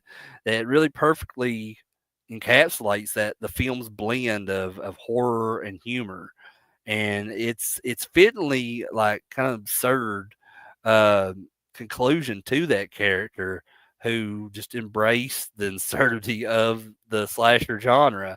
So it's very very ironic, I think.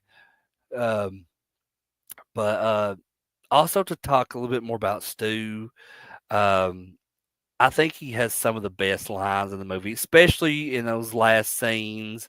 But one of his early, scenes in the movie when after the death of Casey Becker, when they're like sitting outside of school and like he's joking around, and makes like the liver alone comment as a joke, and I don't know. I always thought that was kind of clever, and but like I said, the best lines and delivery of those lines are in these last couple scenes, as where him and Billy are like stabbing each other, and Billy starts getting a little bit too aggressive on Stu, and is stabbing him too deep, and he does like I'm feeling woozy here or something, and like as they start kind of getting to the argument amongst one another, and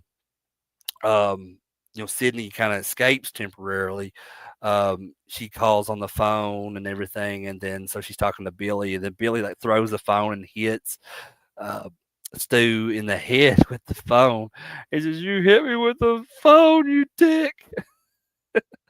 And of course, like when he gets on the phone, he's talking to Sydney, and um, he says something like, "My mom and dad are going to be so mad at me."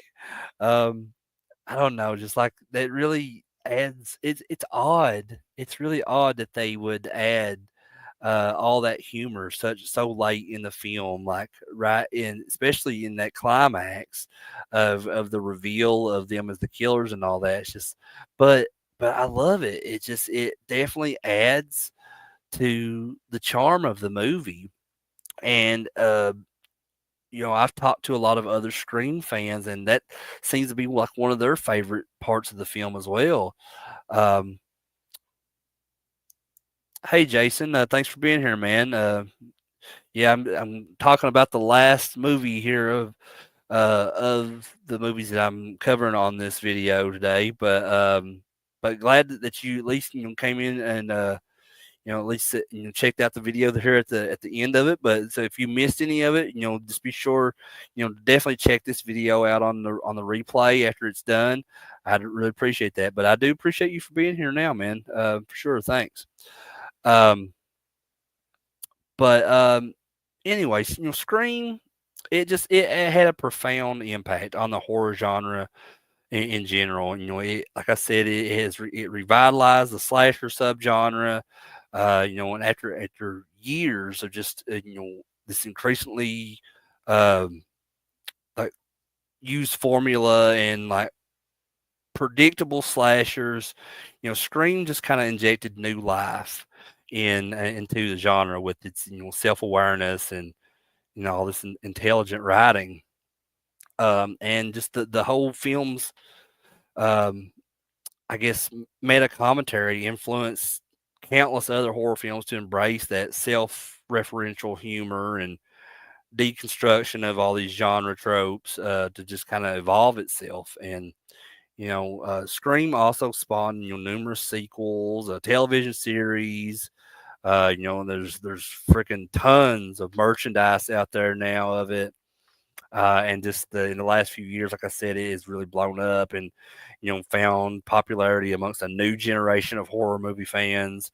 Um, and I think it has a very long lasting legacy within the horror community. And yeah, and it made horror cool again, because after this whole period of decline there in the 90s, Scream, you really brought horror back into the mainstream, and it attracted a much wider audience. And and it continues to inspire a new generation of horror filmmakers and fans alike. um, but in conclusion, I guess Scream is just it's a landmark film that transcends the limitations of the slasher genre. It's smart, it's scary, it's surprisingly funny at times, and it just it continues to really thrill and just entertaining audiences, of all ages. It just, I mean, I know there's like kids, little kids that know what Scream and what Ghostface is, and that's crazy. It's really insane to me. Like, um, just because this movie came out almost 30 years ago, and just this its legacy now has just made it this meta horror masterpiece, and it's well deserved. I think the attention for is well deserved, and its influence on the genre remains undeniable, in my opinion. It's definitely just a must see for any horror fan. Um, But I guess that is it for this video, guys. So I really enjoyed doing this video, and I look forward to presenting you guys with part two this Sunday with six more Final Girl movies. Um, I really hope you guys enjoyed this video, and I appreciate all of you for checking it out. I want to thank everyone who either watched this live and or talked with me tonight in the chat, or if you're just watching this on replay. I just want to thank all of you guys for just checking out the channel, in general. Um, so I mean, if you like this video, please drop me a comment below on what your favorite is from these six movies, or who your favorite final girl is. And it don't have to. And your favorite final girl doesn't have to be from any of these movies that I talked about tonight. It could be from any movie. I mean, just let me know. Let's have some cool conversations on that down in the comments. And again, if you like this video, please give it a thumbs up. I'd really appreciate that. If you're new to the channel, please hit that subscribe button to catch more movies from me like this one. And of course, click that bell for any future notifications. So with all that said, I'm Crater. This is CraterMania. I love you guys, and have a good night.